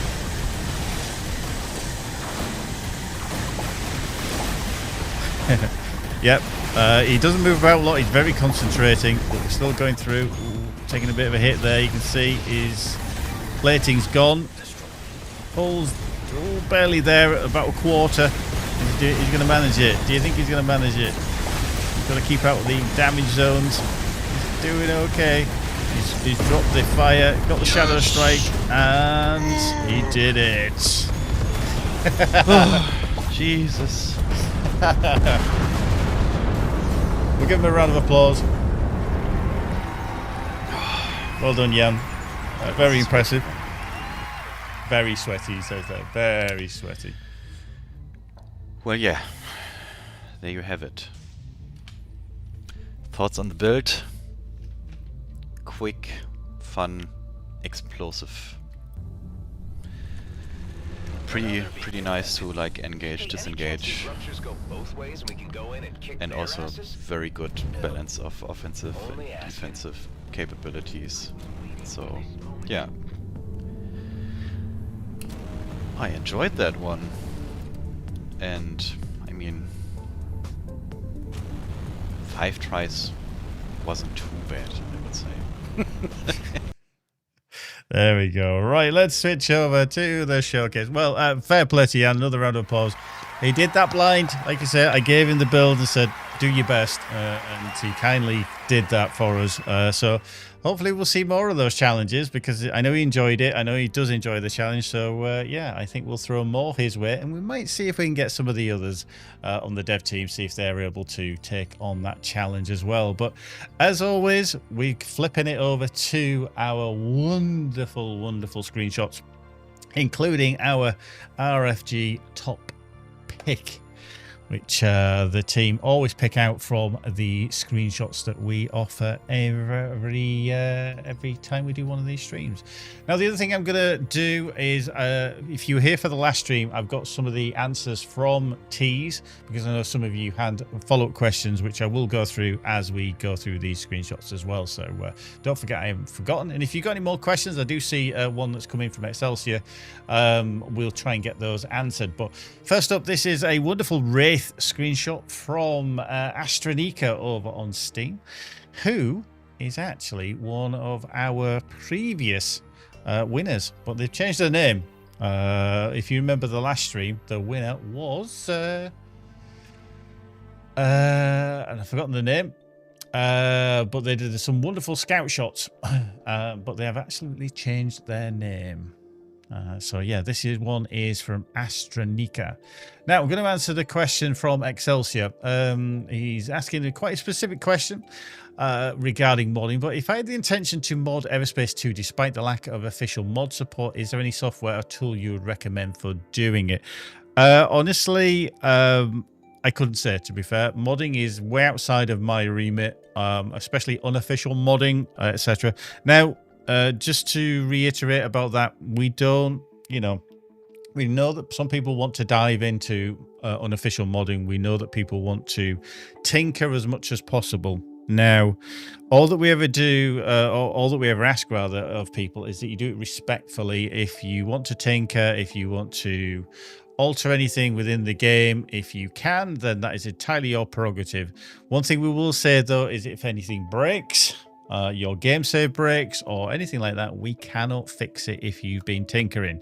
We've had a couple of instances over the last few months where people have gone, oh, my game save's broken, I've got hundreds of hours, and then we find out there's been some kind or some form of tinkering.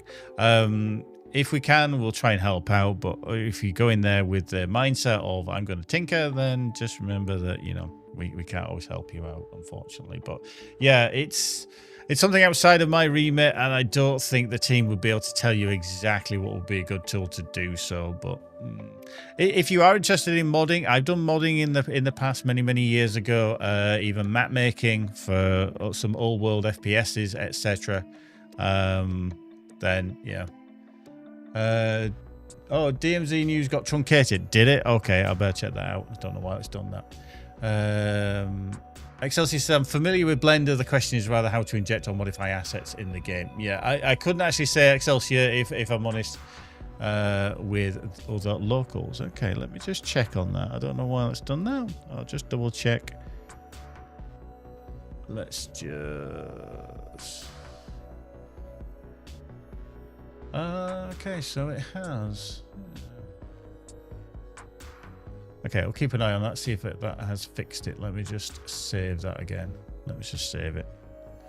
Right, so that one's from the new name Astronica. Unfortunately, that wasn't the top choice, but I quite enjoyed it. It's always good to see the wonders of the Wraith. Next up, I thought, again, there's always some that I think would go higher.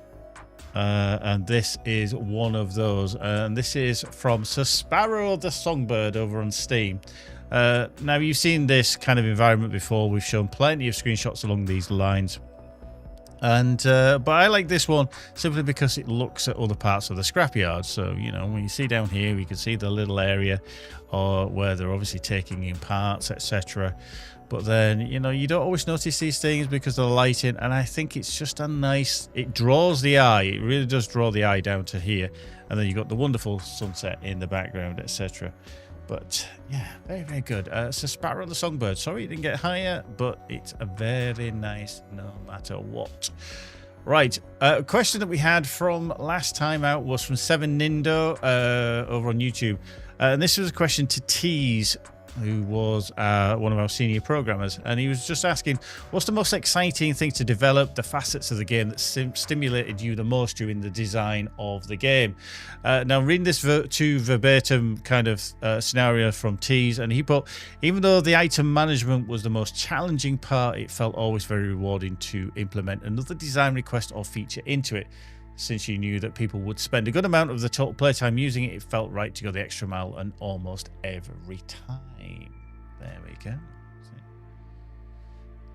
So that's a nice, interesting one. And then Frog, you had a question as well, which I'm just going to read through, which was, are there any aspects, parts that you wish you might have had more time, resources to expand upon, to do more with experience and changes over the course of the game design? Now, Tease has answered with, well, would have been great to have a bit more time for convenience features, smaller subtle animations, and more consistent UI sound effects, at least for the initial base game release. As always, as soon as you ship a game, you know what went well and what didn't. So everything that was too expensive to rework could be used in the future if possible. So yeah, very, very thorough answers. I've got another couple of questions from Frog and also Yahon Cross, which we'll get to as well. But moving on to another screenshot. This one, if you remember the last time out, we had several players throwing in screenshots with as many friends as possible on screen. And this one is from Electrotech, and I think he beat everybody because you can see there's the Zokar drones, the Wrath of the Fallen, we've got Bob, we've got the combat drones, we've got the normal drones, all flying around his Vindicator.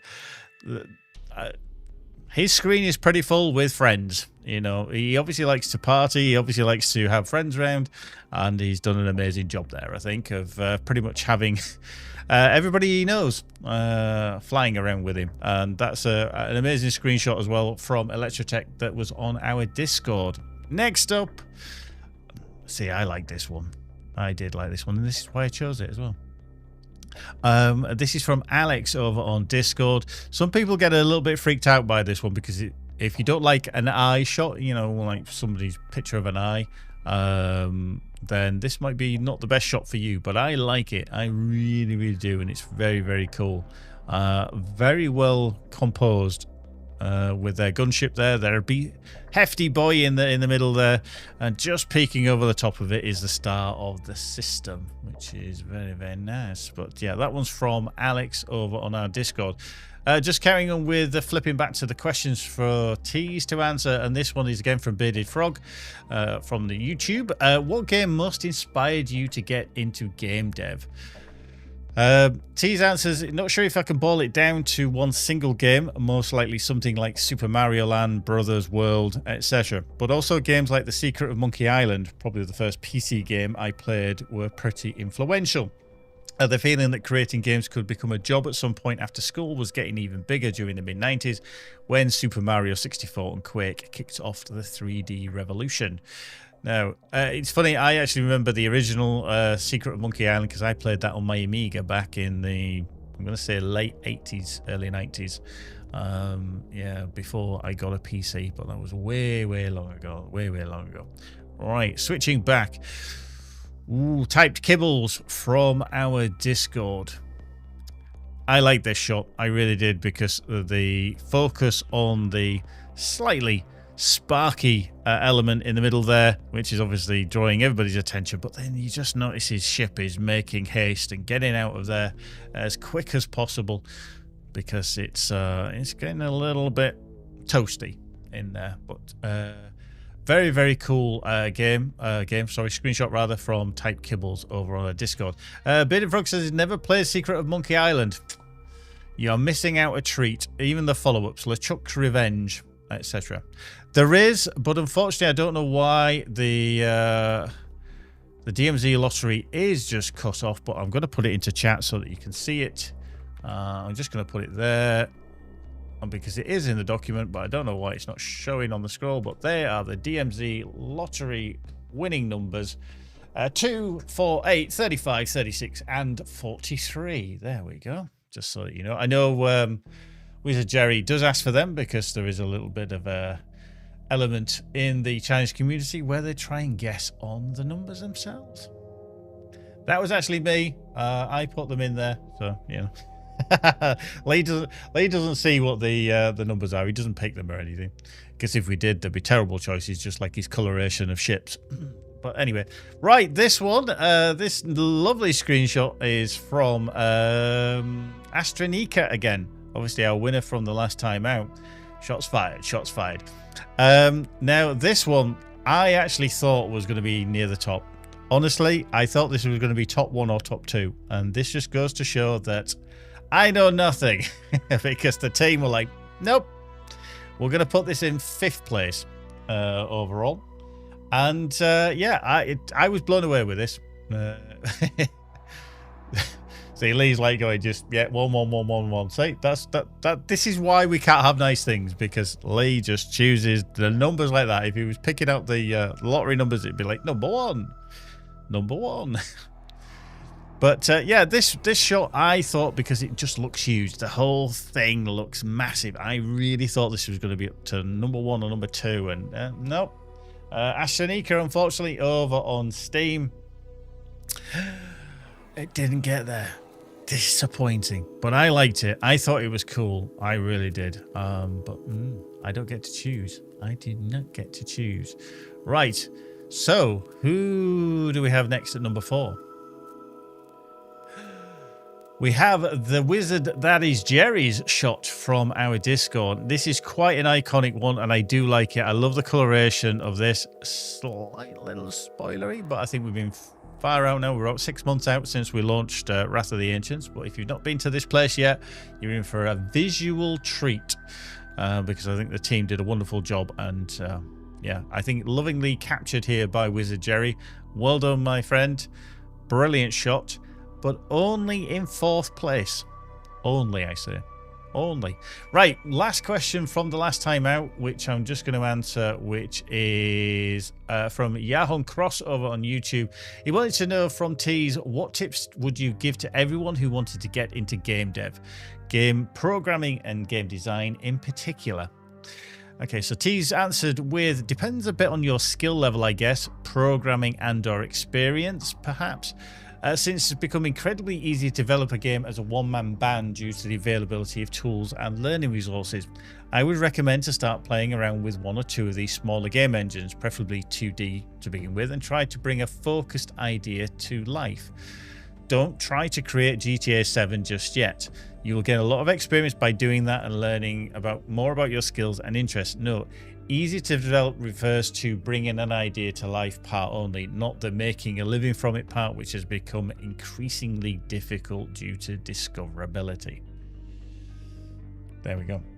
There we go. So, wonderful follow-up from Tees. Thank him for taking time out to answer the questions that you guys followed up with. He took a little bit of time out of his day to answer those. And I did say, if you ever have any follow-up questions with any of the devs, if we do not get to answer them, because we aren't doing them live, we're generally pre-recording them, I will try and follow up with them if we can. Right.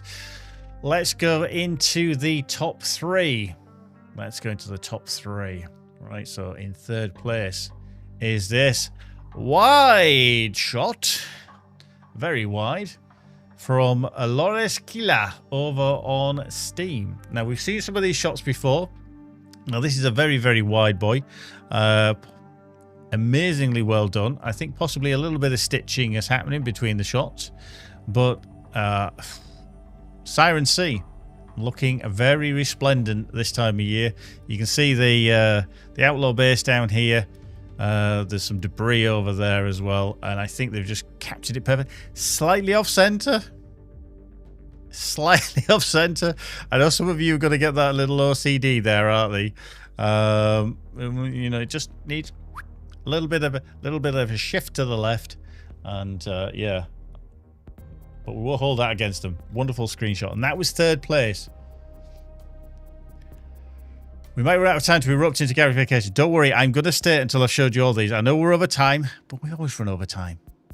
We always do this. We always do this. You know this now. Excelsior just asked a question over on YouTube as well. Did you try out Jump Space, formerly Jump Ship? I'm just getting slightly ES1 vibes from the game.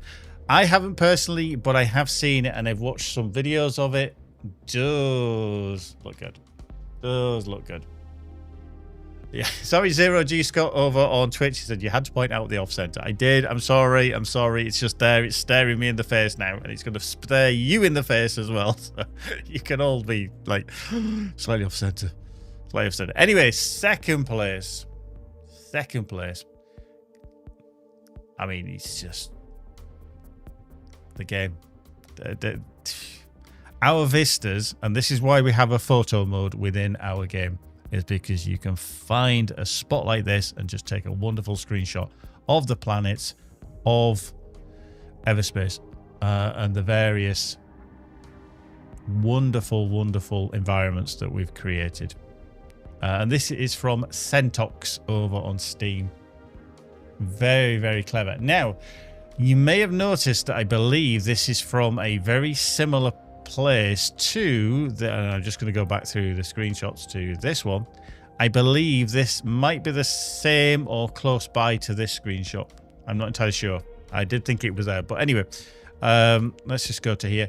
Yeah, Centox, wonderful screenshot, definitely worth checking out. This was over on Steam as well, so if you've not seen it, do go there. Do go to our Steam discussions, do go to our Steam pages and look up the screenshots and the artwork and everything that's over there, because there is some wonderful screenshots. But he lost out by 1 vote, literally 1 vote.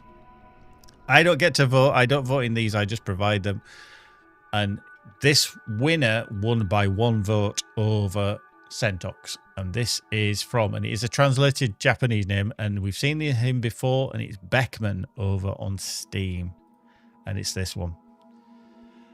Now, I won't say I was surprised that this was in the top handful, 2 or 3. But it is an amazing shot, and I'm going to zoom in a little bit closer because I think creating such a wonderful silhouette, but you can still see into the cockpit, you can still see some of the details of the ship.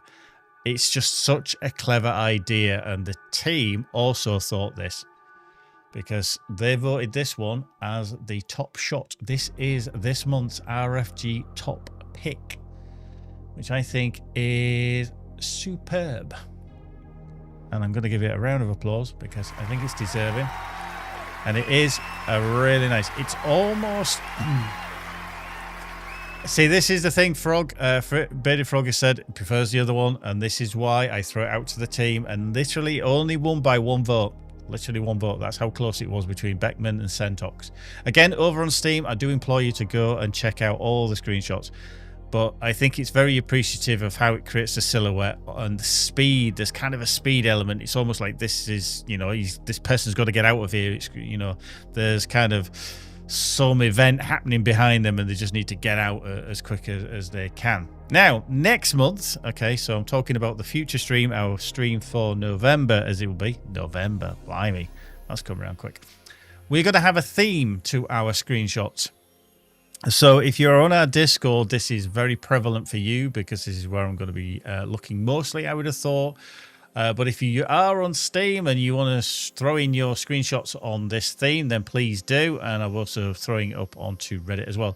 Now, the screenshots that I want for next month are related to the OCAR, okay? However, whatever it is, it can be a ship, it can be an environment, it could be a weapon, it could be the culture. Whatever you can come up with, I want to see pictures of the OCAR because I want to see what you think to the OCAR. What do you like about their worlds? What do you like about their environments? You know, what do you think? Something that evokes OCAR. It can literally just be one of their ships. It can be an environment. And I think we've created some very nice vistas. But I want to see what you can come up with. So post them on the Discord. Discord.gg/RockfishGames. Over on there if you want to. If you're on Steam, you can post them up there. I shall be dabbling through them all. Excelsior's thinking, I've got one already. That's good. 1 prime ship exploding. Flory, see, the juices, the creative ideas are already flowing, and that's what I like to see. Now, before I get on to my screenshots, my photos, rather, from our trip to Tokyo, I'm going to bring in a wonderful little bit of an idea from Reddit. Now, this is by Livid Big over on Reddit, and it is the ES2 All-Stars. I called it that, by the way. He called it slightly something different. But I think this is very, very clever because they have visited every star in all the systems. So, Ceto, Drake, Union, Aethon, Kite, Dominion, Rak, Zarkov, Keone, and the Kite Nebula. And then made it into a collage of this, which I think is very, very clever. And I was very impressed when I spotted it. And I thought, I've got to show that onto the stream because it might give you ideas for other kind of things that you may create of screenshots with our built-in screenshot creator. There is another page to this, which is this. So obviously you didn't miss out them, which is Ushak, the Kite Nebula from far away, and Rak as seen from the refinery. Now, obviously the refinery is to do with Gareth Refinery, which you'll visit in the storyline of Wrath of the Ancients. But I thought it was very, very clever. And a big shout out to Livid Big for posting it up onto Reddit. If you do get to watch this back and you see it on the VOD, fair play to you, sir. Fair play to you. Exactly, Bearded Frog. Very, very clever. They've matched coloration as much as they can with the environments. So you can see on the Ushak one here, he's got a very blue looking Wraith with a very kind of blue tinted green there. So great job, great job. So yeah, purples, oranges, yellows, and the pale blues and the whites, and the very, very clever. He's obviously thought about this, and I think that is, you know, a nod to the hat to him. Right. So, not forgetting next month we want to see the environments, ships, etc. of Okar. So don't forget. You know, next month we're going to be looking. Right, as you may have known, we at the end of last month, myself, Lee, and Jeremy, we were all in Tokyo. Now, Jeremy's luckily he lives in Tokyo. Lee and myself don't, obviously. We ventured across there to Tokyo Game Show to show off EVERSPACE to all our fans in Japan and from the Asia region that visited. Thoroughly amazing, and it's huge convention center, absolutely huge. And we spent 4 days there showing off the game to everybody that wanted to try it out, you know. And it was really cool to meet such pleasant people. Really enjoyed it. But let's have a look, shall we? There we go. Some of you will have seen this before. This is our booth in Hall 2. We've got obviously the new Galactic Edition, which obviously I'm sure all of you have seen, obviously. And then obviously the Wrath of the Ancients on the side as well. And we've got the nice video that we're playing as well. And now if you spotted down here, we've got a nice little sign there. That made it all the way home with me.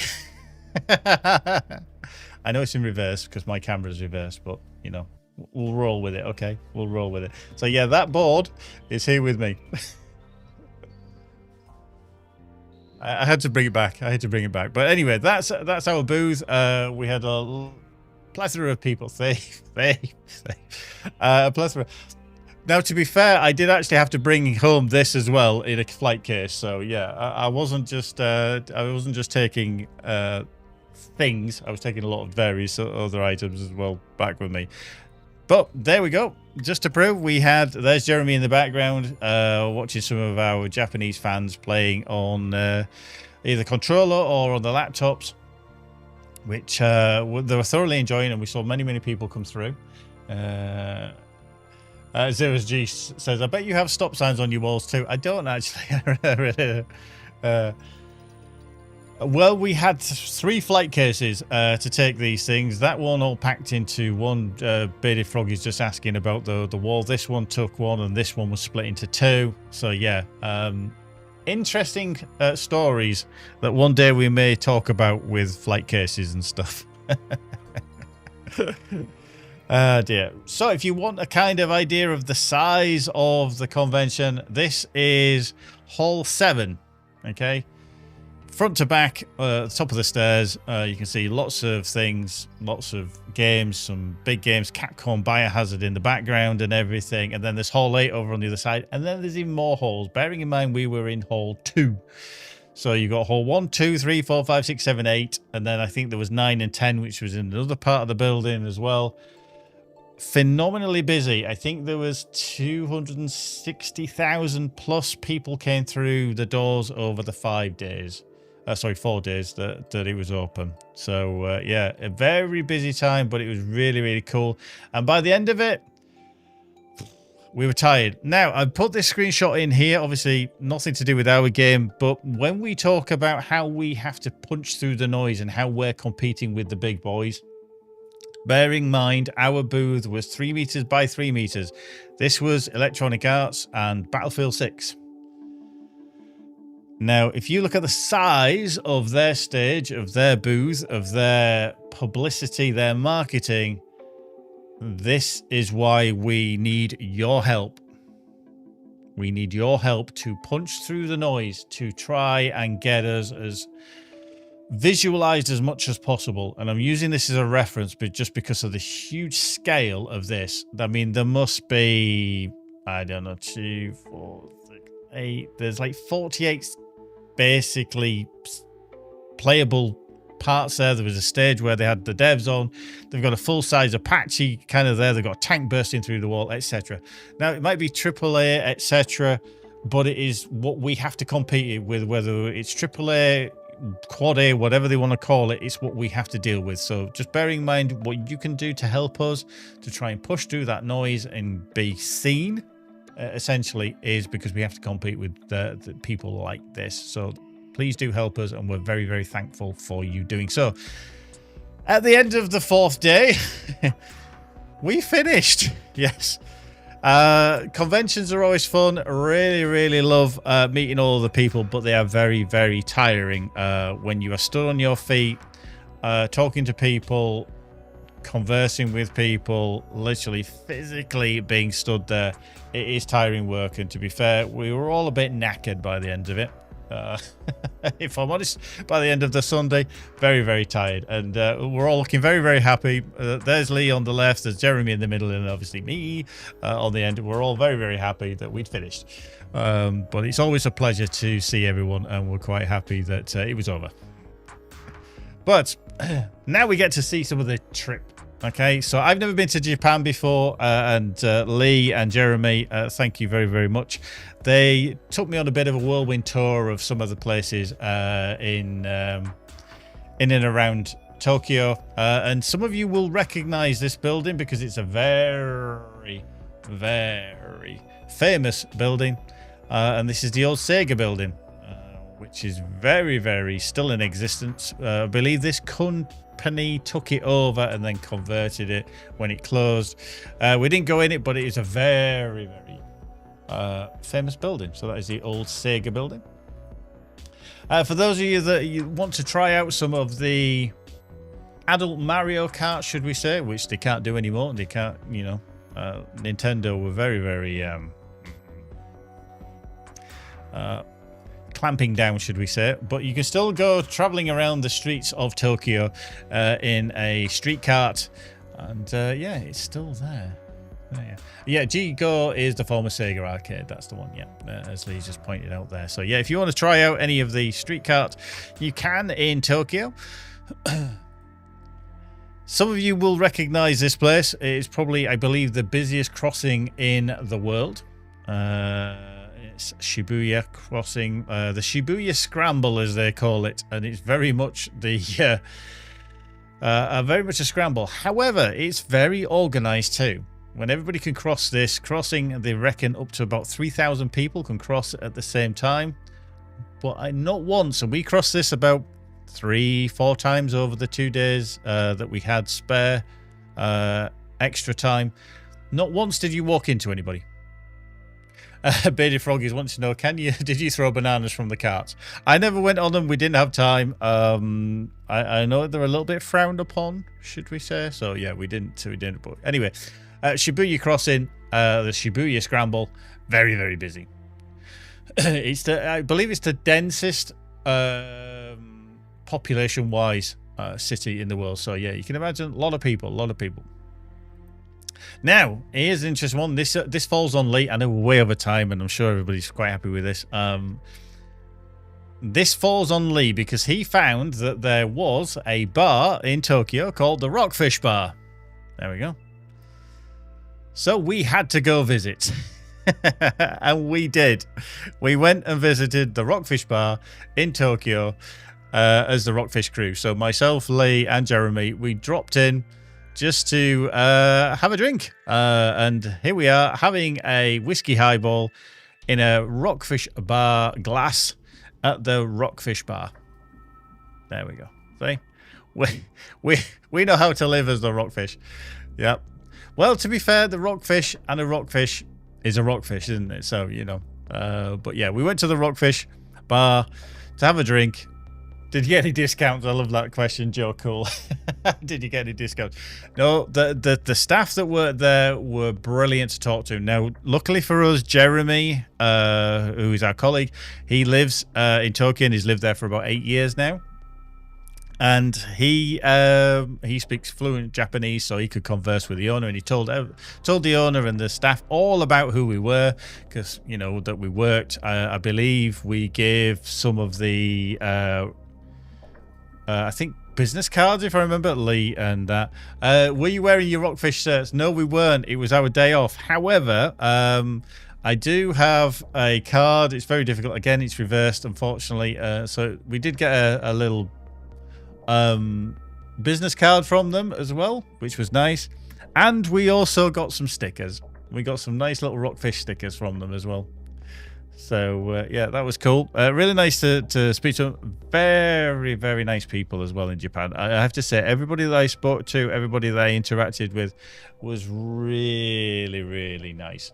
And it's such an amazingly clean country as well. Amazingly clean. Thoroughly enjoyed it. Now, some of you were chastising me probably a couple of months back that I'd never had ramen, and that has been rectified several times over. And I mean several times over, because I had ramen lots. And this one was my favorite. This was a really buttery soup with a nice bit of egg, some greenery there, onions, and then some nice pork. And this was my favorite ramen. Now, I did wear a bib. Not a child's bib, but a paper bib, because everywhere I went, I was splattering ramen and the soup juice everywhere. So, bop. There we go. But that was thoroughly, thoroughly tasty. Loved that one. But we had different ramen. Lee would probably be able to tell you all the different ramens that we had, but this was my favorite. And I thoroughly, thoroughly enjoyed it. Would I want to eat ramen all the time like Adam goes on about? Probably not. Because I think the freeze-dried ramen that they get is probably not great, if I'm honest. So I can see his problem with it. But this was top. And just for clarity, I did eat everything with chopsticks. I was not a knife and fork. I struggled a little bit, but I was getting into the practice. You know, when in Rome kind of scenario, and that's what it was. So I was when in Tokyo, I was eating with chopsticks. You know, I wasn't a heathen or anything like that. But that was top. I really enjoyed that.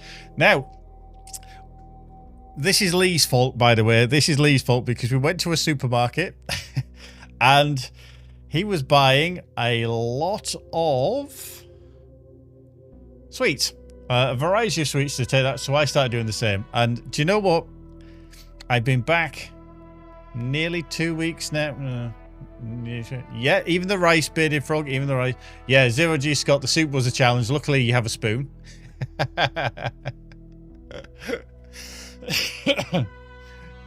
Yeah, Lee just said couldn't get away from the shoyu ramen. Next time we're going to take him to tonkatsu. Okay, see, it's already been primed up. But yeah, I did eat with the rice. The rice was doable. But as you can see, all these different flavors of sweets. Yeah, there's chocolate orange Kit Kats, strawberry Kit Kats. And I've been back nearly 2 weeks, about a week and a half, and I've not eaten a single thing of this because I've been too poorly and I haven't even opened any of these sweets yet. I've been ill, so I haven't been able to eat anything. Now, the trip itself, fantastic. The travel, oh my word. Oh, the first day I traveled to Tokyo, I was awake for 29 hours because I can't sleep on an airplane. So I was awake for 29 hours. Coming back was 25 hours by the time I woke up in the morning and then got to my house. So very tiring. However, on the way back, the flight path that we take is basically heading back north, going over the northern Canada, Greenland, and then coming back down the side of like Denmark, Norway, down towards Schiphol, because that's where I flew from. But we were treated to this. While we were over Greenland near the Arctic Circle, the Aurora Borealis decided to make an appearance. So how fabulous is that? You don't get to see that every day, and we were very, very lucky that that happened. And Excelsior, no, I really didn't fall asleep at all. I tried to sleep, but I never can. But yeah, the Aurora Borealis decided to make an appearance. I've got several screenshots or shots of this, and yeah, phenomenal to see. When you're flying at like 38,000 feet and this kind of appears, yeah, amazing, amazing. But that is the last shot I've got for you. That is the last one I've got for you. But we're way over time because I knew we had to show this. Lee, I'm sure he's probably dying for some food now, so I'm going to quickly dive through the last things that we've got to deal with. So next month, our stream should be on the 7th of November, all being well.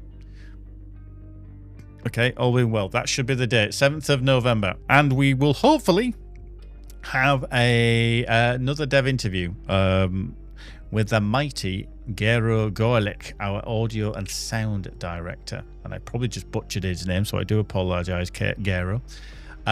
So if you want to ask Gero some of the questions about audio design and how we made the music and everything else, get them questions into the Discord. There is a separate thread already set up. I will nudge it up so that people can see it again, and we'll get those questions asked, and we'll do a recording probably the beginning of November for that one, so in about 3 weeks' time. Just a reminder, the EVERSPACE 2 official soundtracks are now on the music streaming services such as Spotify, Apple Music, YouTube, Amazon, and more. So if you're interested in hearing those wonderful tunes while you're working out, while you're just doing work, whatever, dive in to your favorite streaming services, or obviously if you've got the official soundtrack on Steam, then you can dive into there. And lastly, EVERSPACE 2 and EVERSPACE 1 have got huge discounts across the board on good old games, so dive in there. And if you're on PlayStation, EVERSPACE 2 currently has a 20% off the Galactic Edition. So the Galactic Edition is the base game and now 2 DLCs and the supporter pack all wrapped up in one big bundle, and that's got 20% off for you to buy. So I'm going to get out of it because I've taken up way too much of your time, and I'm way over time as well. I hope you enjoyed this month's stream. Yeah, we'll see what comes in November. Continuation of the story, interviews, screenshots of OCAR stuff. We want to see that. So please, please, please do throw them into the Discord. I want to see some wonderful shots. And then, yeah, we will reconvene in about a month's time. But yes, let's dive out for the weekend. Be good, be awesome, whatever you've got planned, and take care of yourselves, and we will reconvene. But in the meantime, I'm Gary, your community manager for Rockfish Games and EVERSPACE things. And we shall see you in the next one. Take care, folks. Be good. Bye for now.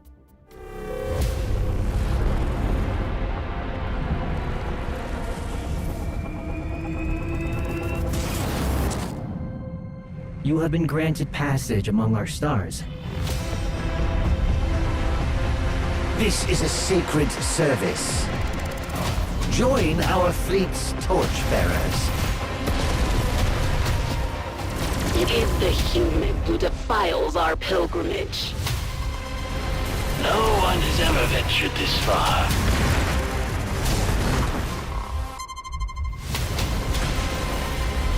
If the ancients turned their eye back to us, well, what could a beetle do against a hurricane?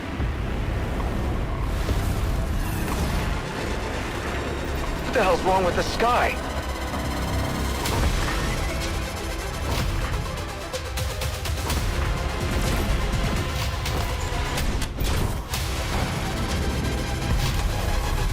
Are you about to do something unwise?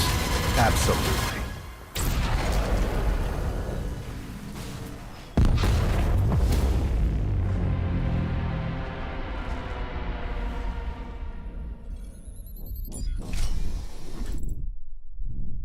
What have you done to me?